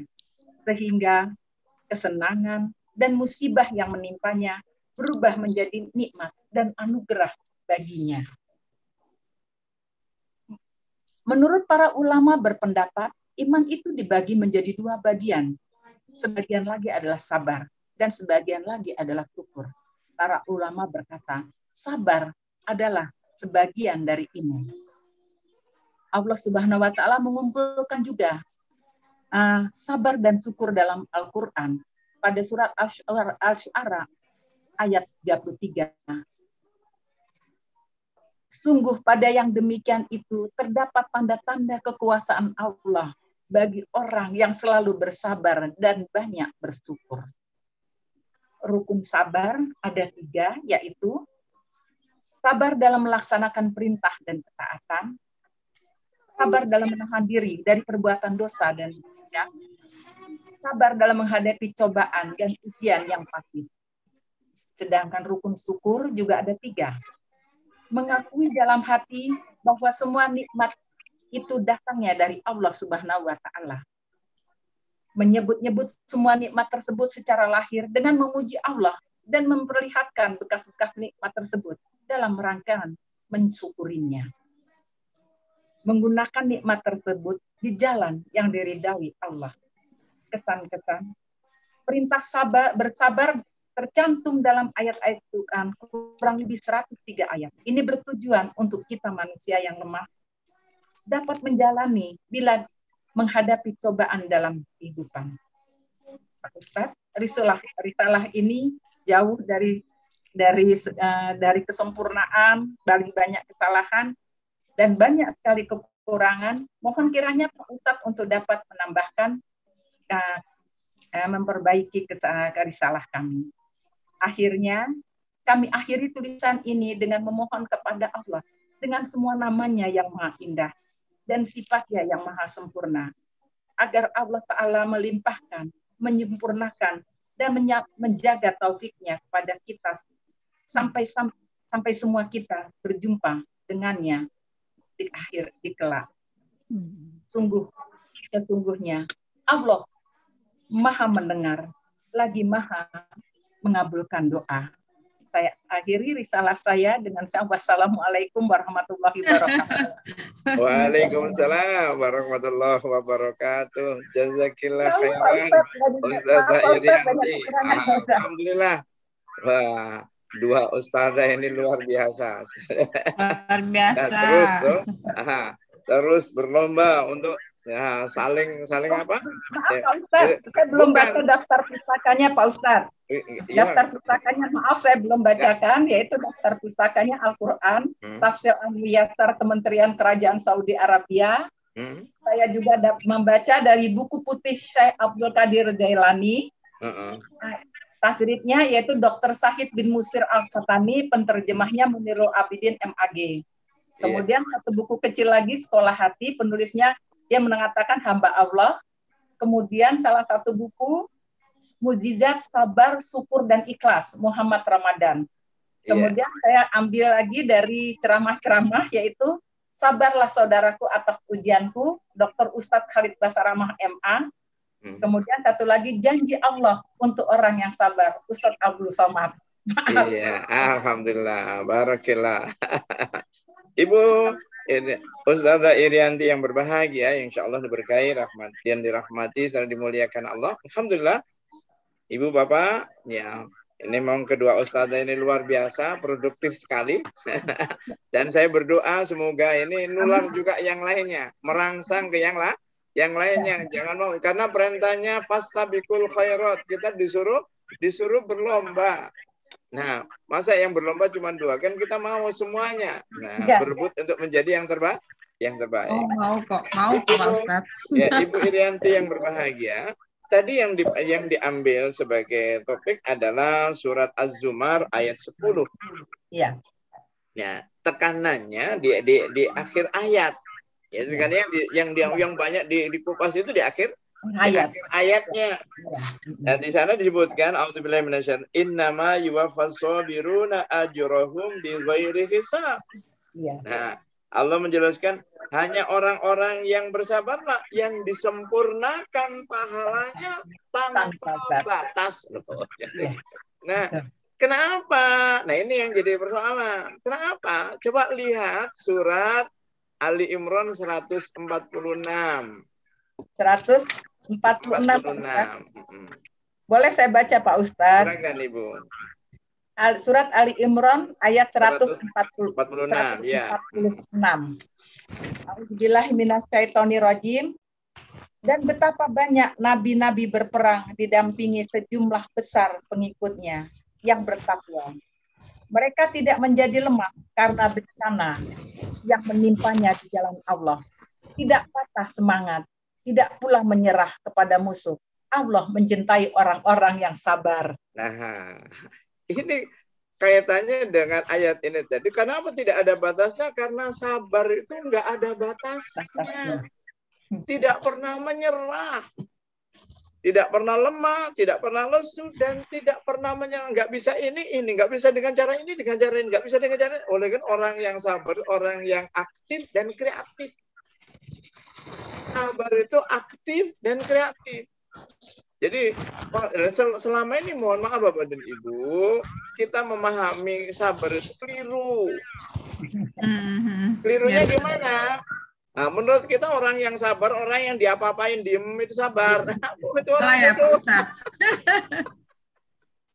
Itu. Jadi kalau orang itu diapa-apain diem itu bukan orang sabar, orang bodoh. Berarti harus kreatif dan aktif ya Pak Ustadz ya. Iya, orang sabar itu orang yang tadi tidak lemah karena bencana, tidak lesu dan tidak pernah menyerah.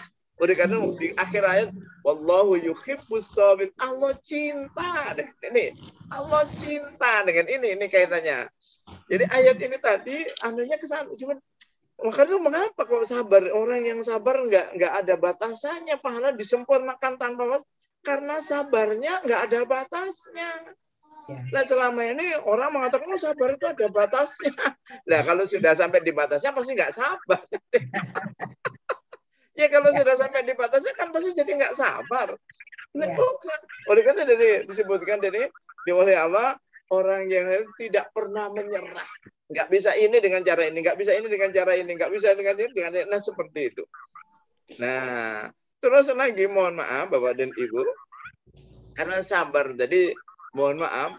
Jadi sabar tadi ada, kalau menurut Bu Irianti tadi ada tiga sabar dalam melaksanakan perintah, dalam sabar dalam rangka apa tadi? Nah kemudian sabar juga dalam kemudian sabar dalam juga dalam mewujudkan cita-cita.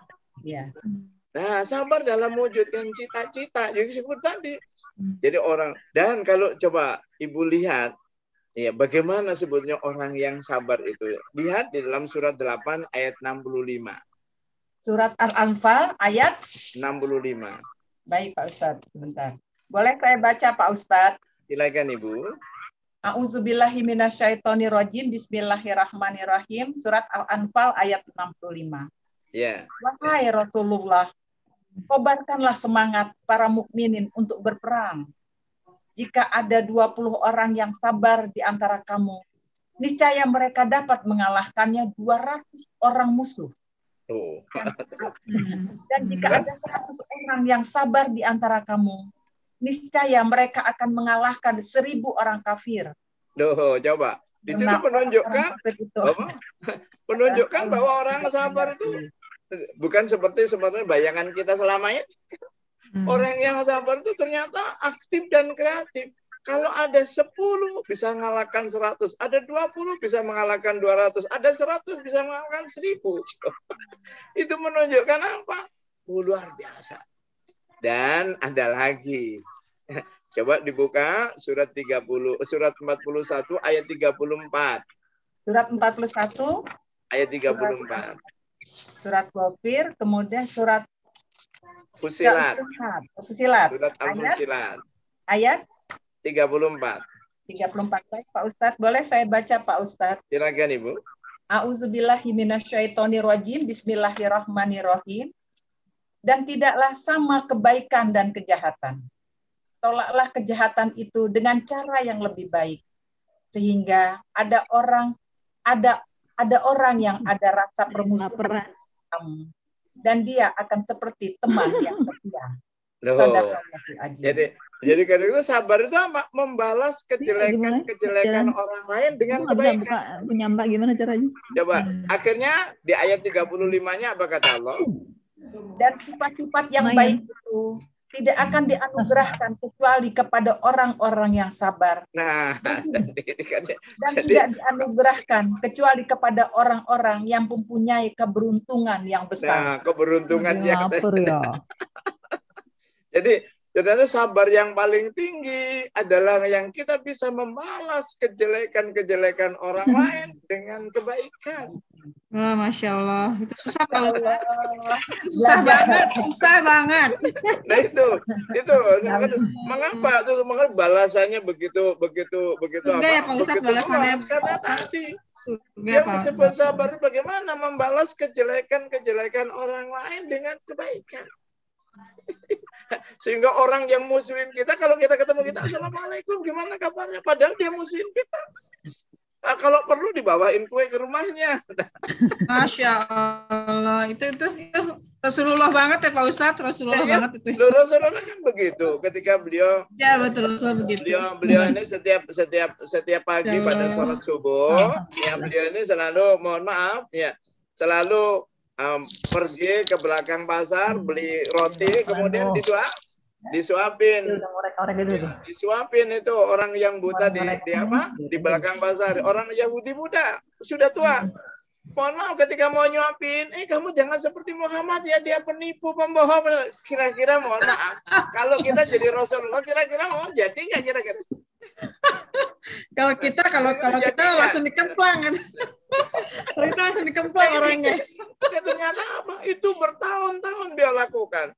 Setelah Rasulullah Shallallahu Alaihi Wasallam wafat, nah baru dilakukan oleh penggantinya Abu Bakar. Ya, diganti ketika maunya kok nggak seperti biasanya. Itu sahabat saya itu kemana? Sudah nggak ada. Loh, siap? Oleh karena itu saya ingatkan, kamu jangan seperti Muhammad ya, jangan penipu, pembohong. Nah, kamu tahu nggak siapa sebetulnya orang yang menyuapin kamu tiap hari itu? Nggak tahu.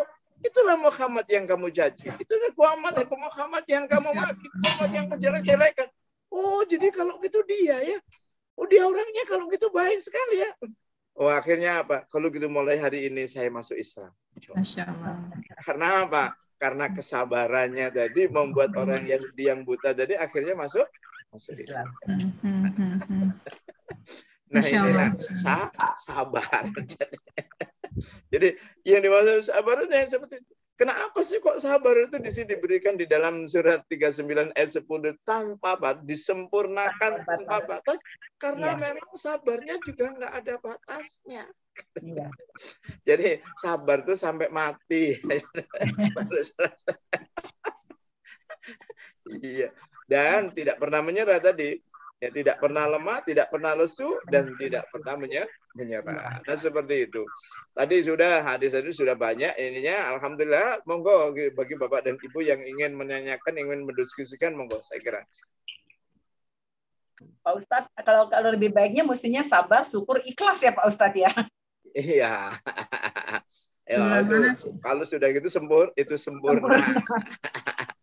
Nah, sabar, syukur, ikhlas. Tadi sabar dengan sabar dulu. Dan itu sampai mohon maaf, nah Rasulullah SAW bersabda. Jadi itu suatu kewajiban keajaiban orang-orang mukmin itu. Diuji nggak enak jadi kebaikan karena dia sabar. Diuji enak jadi kebaikan karena dia bersyukur. Nah itu seperti itu ajaib katanya orang mukmin itu ajaib. Diuji apa saja jadi kebaikan bagi dia. Diuji rasanya nggak enak dia bersabar, dicintai Allah. Diuji yang rasanya enak dia bersyukur, akan ditambah nikmatnya. Jadi kan nggak ada. Jadi luar biasa. Iya. Siapa yang mau menanyakan atau mendiskusikan, monggo. Ustaz, saya nggak tanya. Nanya deh. Silakan. Siapa yang mau nanya? Saya dulu ya.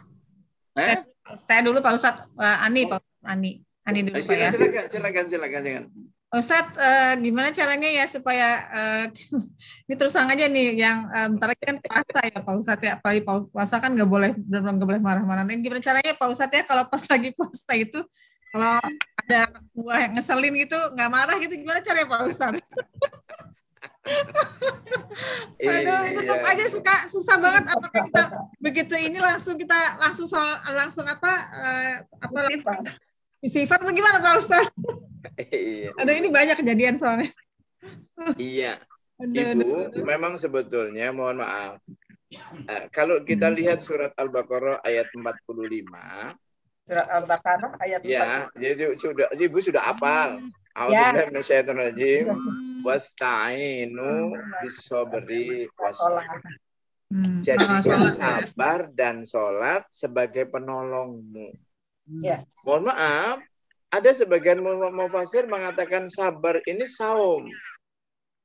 Sabar ini adalah saum. Karena apa? Rasulullah Shallallahu Alaihi Wasallam bersabda, as-saumu nisfus sabar.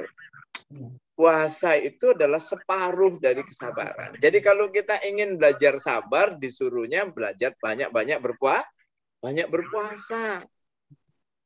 Nah, seperti itu. Iya. Jadi Ibu Bapak, ya sebetulnya ya kalau manusia itu mohon maaf Bapak dan Ibu, kita sering ya kadang-kadang terpancing itu ya manusia itu nggak ada yang sempurna. Tapi memang kita diperintahkan untuk berlatih kesabaran. Semuanya itu dari latihan. Nah, jadi kalau misalkan ya kita sudah terus berlatih, insya Allah nanti sedikit demi sedikit itu akan ada perubahan. Itu yang paling efektif memang dengan puasa, dengan kita saum. Sebab ketika kita saum, ketika mau marah, puasa nggak boleh marah.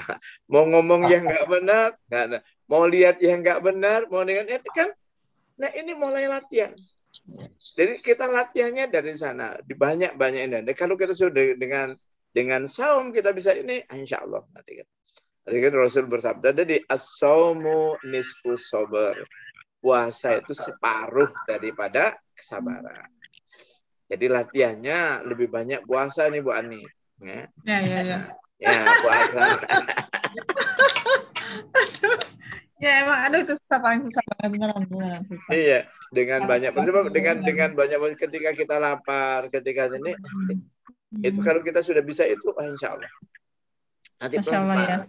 Dan ini semuanya memang perlu latihan, nggak bisa datang tiba-tiba, nggak bisa semuanya dari latihan. Nah, dan memang salah satu cirinya orang yang beriman itu. Nah, dalam surat Ali Imran 134, orang yang bertakwa, mohon maaf. Allah menjelaskan, a'udzubillahi minasyaitonirrajim. Ya. Alladzina yunfikuna fisyarra wad-dharra wal kadhimina al-ghaidh wal 'afina 'anil nas wallahu yuhibbul muhsinin. Boleh saya baca Pak Ustadz? Silakan Ibu. A'udzubillahi minasyaitonirrajim. Bismillahirrahmanirrahim. Yaitu orang yang berinfak baik dalam waktu lapang maupun sempit. Dan orang-orang yang menahan amarahnya dan memaafkan kesalahan orang lain. Dan Allah mencintai orang-orang yang berbuat kebaikan. Orang yang bisa menahan amarah itu orang sabar. Jadi orang yang bisa menahan amarah dan gampang bisa memaafkan orang lain. Dan supaya kita bisa, ya karena mohon maaf kalau kita melihat bahwa semua orang itu tidak ada yang sempurna. Jadi kalau ada orang ya wajar. Dan itu mohon sebetulnya kebaikan buat kita. Jadi kalau orang marahin kita itu sebetulnya kebaikan buat kita. Tapi kita kadang-kadang kan karena itu kan mohon sikap-sikap yang ditampilkan oleh Allah kepada kita itu sebenarnya ujian bagi kita. Oleh karena itu pernah sahabat ya Ali radhiyallahu anha ketika beliau jadi khalifah, baru keluar dari rumah ketemu orang langsung dicaci maki macam-macam. Setelah dimohon maaf, kemudian setelah selesai memarahin tadi, ya mencaci maki, Jadi tanya, sudah selesai belum? Sudah. Dia ambil dompet, kemudian dikasih duit. Akhirnya mohon maaf, ajudannya marah. Ya Amirul Mukminin, kenapa kok dia orang habis marah kok dikasih duit? Tuh. Dengan dia marah, saya bisa sabar. Ternyata Allah menurunkan rahmat kepada saya. Saya mendapatkan rahmat, berarti dia berjasa untuk saya kan. Oleh karena itu, nah ini karena dia bersaja perlu dikasih duit.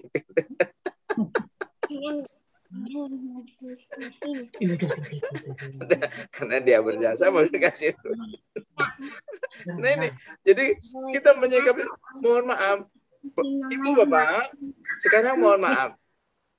Ini nah, mohon maaf, ini apa ini Bu? Kacamata. Kacamata ini kacamata apa nih? Kalau seperti usia saya. Baca. Kacamata Iya, baca. Kacamata baca itu kacamata apa? Plus. Jangan plus, positif. Apa? Positif. Iya kan? Ini kacamata kan positif. Iya. Yang minus itu kan negatif kan? Oh iya. Loh, ini kan kalau yang berarti kan yang minus itu kan negatif. Jadi ini kan positif kan? Ya benar. Kita melihatnya kayak kita aja misalkan kita sedang berbuat sesuatu. Misalkan kita nyapu, belum selesai. Baru separuh di situ ada orang lagi yang buangin. Kalau pakai kacamata negatif pasti apa orang itu matanya nggak ngelihat? Oh kita nyapu belum selesai. Pasti begitu. Tapi kalau kacamata yang positif, alhamdulillah satu pekerjaan belum selesai sudah ditambahin pekerjaan. Ya benar. Ya. Kenapa? Karena melihat segala sesuatunya itu positif. Tapi kalau dilihatnya negatifnya, marah pasti. Nah, padahal mohon maaf yang datangkan orang itu kepada kita siapa? Allah. Jadi kalau Allah uji masih ada maksudnya. Dan kalau kita diuji kemudian disabar, kata Allah, wallahu yuhibbul. Allah cinta sama orang yang sabar. Kira-kira senang nggak kalau dicintai Allah? Ya, alhamdulillah, insya Allah. Alhamdulillah. Nah seperti itu. Ya Allah. Nah seperti itu. Jadi makanya ini yang penting, pakai ininya. Melihat segala sesuatu, kalau sudah ini jadi apapun jadi kelihatannya positif. Nah, tapi kalau kacamatanya sudah negatif, apapun yang dilakukan orang jadi salah. Kayaknya jadi nggak enak aja.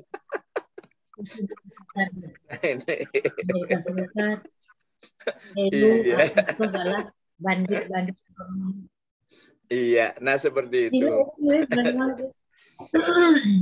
Gimana? Masih ada yang mau bertanya? Saya mau tanya Pak Ustadz. Monggo silakan. Saya pernah mendengar dari seorang dai menyampaikan bahwa bagi seorang mukmin semua urusannya adalah baik. Semua urusan orang mukmin itu adalah baik. Ketika dia diberi nikmat lalu dia bersyukur, itu baik bagi dia. Ketika dia diberi ujian, dia pun bersyukur dan bersabar, itu pun baik bagi dia. Ini terjemahannya dalam keseharian kita tuh seperti apa? Ya itu tadi Bu. Jadi melihat segala sesuatu tadi positif tadi. Jadi nganggapnya itu karena tadi bagi orang-orang yang beriman tadi yang tadi di hadisnya tadi yang itu ajaib tadi itu. Orang yang beriman itu ajaib. Ya diuji yang rasanya nggak enak jadi kebaikan. Jadi diuji rasanya enak jadi apapun, mohon maaf, nggak pernah ngeluh. Jadi diuji apapun dia nggak pernah diuji yang rasanya enak, alhamdulillah. Yang rasanya nggak enak pun alhamdulillah. Karena apa? Mohon maaf Ibu, karena Allah tidak pernah memberikan yang jelek kepada kita. Allah selalu memberikan yang terbaik untuk kita. Coba Ibu lihat dalam surat 4 ayat 79. Ayat 79. Ya. Boleh saya baca Pak Ustadz? Monggo silakan Ibu. A'udzubillahi minasyaitonirrajim. Bismillahirrahmanirrahim.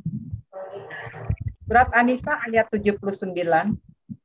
Kebaikan apapun yang kamu peroleh adalah dari sisi Allah, dan keburukan apapun yang menimpamu itu kesalahan dirimu sendiri. Kami mengutus Rasulullah menjadi rasul kepada seluruh umat manusia. dan cukuplah Allah sebagai saksi. Sadaqallahul azim. Iya, jadi Ibu Bapak, nah, Allah mengingatkan kita, auzubillahi minasyaitonir ma asabaka min musibatin faminallah. Jadi semua Allah, kalau kebaikan itu semua dari Allah. Wa ma asabaka min syai'at, kalau ada kejelekan itu dari kita. Allah itu selalu memberikan yang baik untuk kita. Sebetulnya oleh karena itu apapun ya karena pernah pada suatu saat saya punya teman, Bu. Dia dikasih tahu, ayahmu meninggal dunia, alhamdulillah. Loh, Mas gimana sih? Dikasih tahu ayahnya meninggal kok alhamdulillah. Lu yang tahu ayah saya kan saya. Bapak kan nggak tahu ayah saya kan. Lu kenapa kok? Baru setelah alhamdulillah Allahumma baru mengucapkan innalillahi wa inna ilaihi rajiun. Allahumma jirni fi musibati wa khulub li khair. Baru. Jadi diawali dulu dengan alhamdulillah. Kenapa? Karena ayah saya itu, dia ngomong, karena sudah nggak punya istri, dia setiap ambil wudhu untuk sholat isya sampai dengan sholat subuh nggak batal. Dia setiap ambil wudhu sholat isya sampai subuh nggak batal. Jadi dia itu begitu. Oleh karena itu, jadi kalau dia sekarang dipanggil oleh yang dicintainya, berarti dia sudah alhamdulillah. Nah seperti itu. Nah, baru dia mengucapkan innalillah wa inna ilaihi rajiun. Allahumma ajirni fi musibati wa khulub li khairan minha. Nah, kata, aku berlindung dari musibah Allah, ya Allah ganti dengan yang lain yang lebih Iya. Jadi memang itu tadi. Jadi bagaimana? Nah, supaya tadi yang dipertanyakan tadi kan tadi. Jadi orang yang beriman itu ya itu diuji apa saja rasanya nikmat. Diuji yang rasanya nggak enak dia bersabar menjadi kebaikan. Diuji yang rasanya enak dia bersyukur dia jadi kebaikan. Dan untuk itu memang mohon maaf Bapak dan Ibu. Nah, memang ini yang jadi masalah. Yang jadi masalah kita. Jadi kalau kita melihat segala sesuatu itu positif, Allah tadi tidak pernah memberikan sesuatu yang jelek. Jadi kejelekan itu karena dari kita sendiri, karena kita punya perasaan yang jelek. Maka itu akhirnya jadi karena kita nganggapnya negatif ya jadi jelek. Tapi kalau semua kita anggap positif coba, ya nggak ada yang itu. Jadi akhirnya semuanya enak. Nah seperti itu.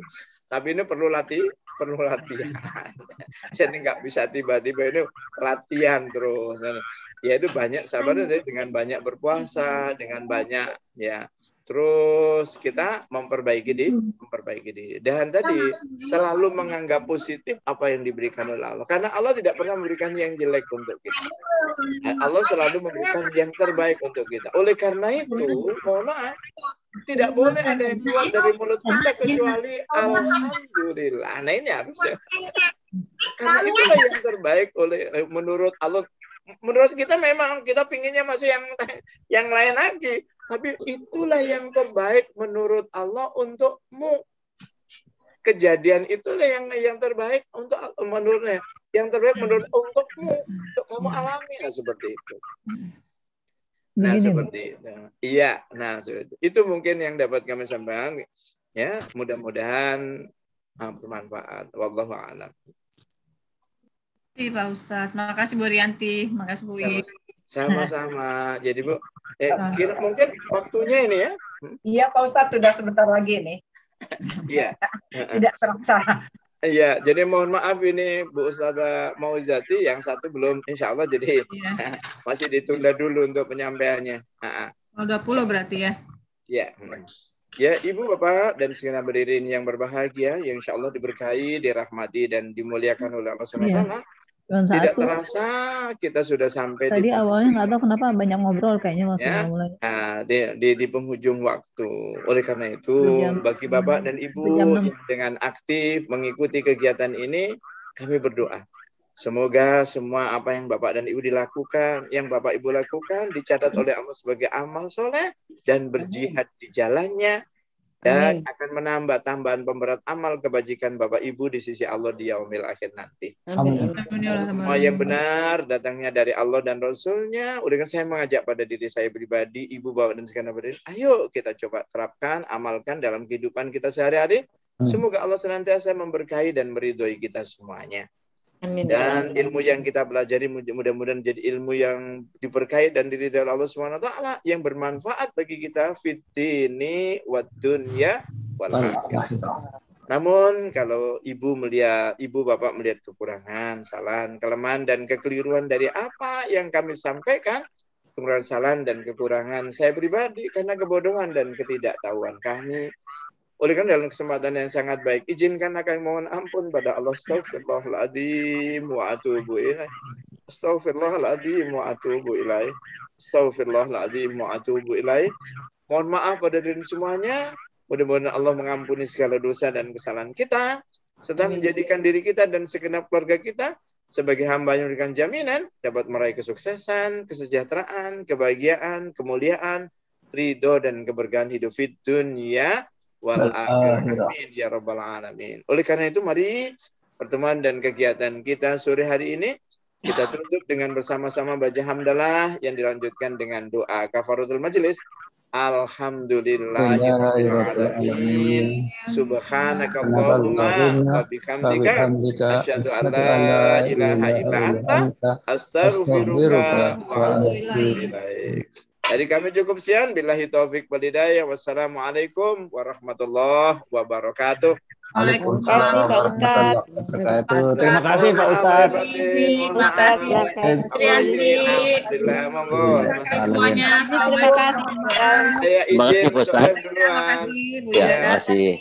Assalamualaikum. Terima kasih Ustaz. Kepada Bapak dan Ibu semuanya, saya mohon dibukakan pintu maaf. Assalamualaikum warahmatullahi wabarakatuh. Terima kasih Bu Rianti. Terima kasih semuanya. Terima kasih. Bu Izi, terima kasih. Terima kasih Bu Izi. Terima kasih. Saya tutup ya Bu, udah mau maghrib. Iya, yuk. Assalamualaikum. Waalaikumsalam warahmatullahi wabarakatuh. Terima kasih Bu Tutup ya. Rianti. Salam kabar. Apa? Terima kasih Bu. Iya, assalamualaikum. In left.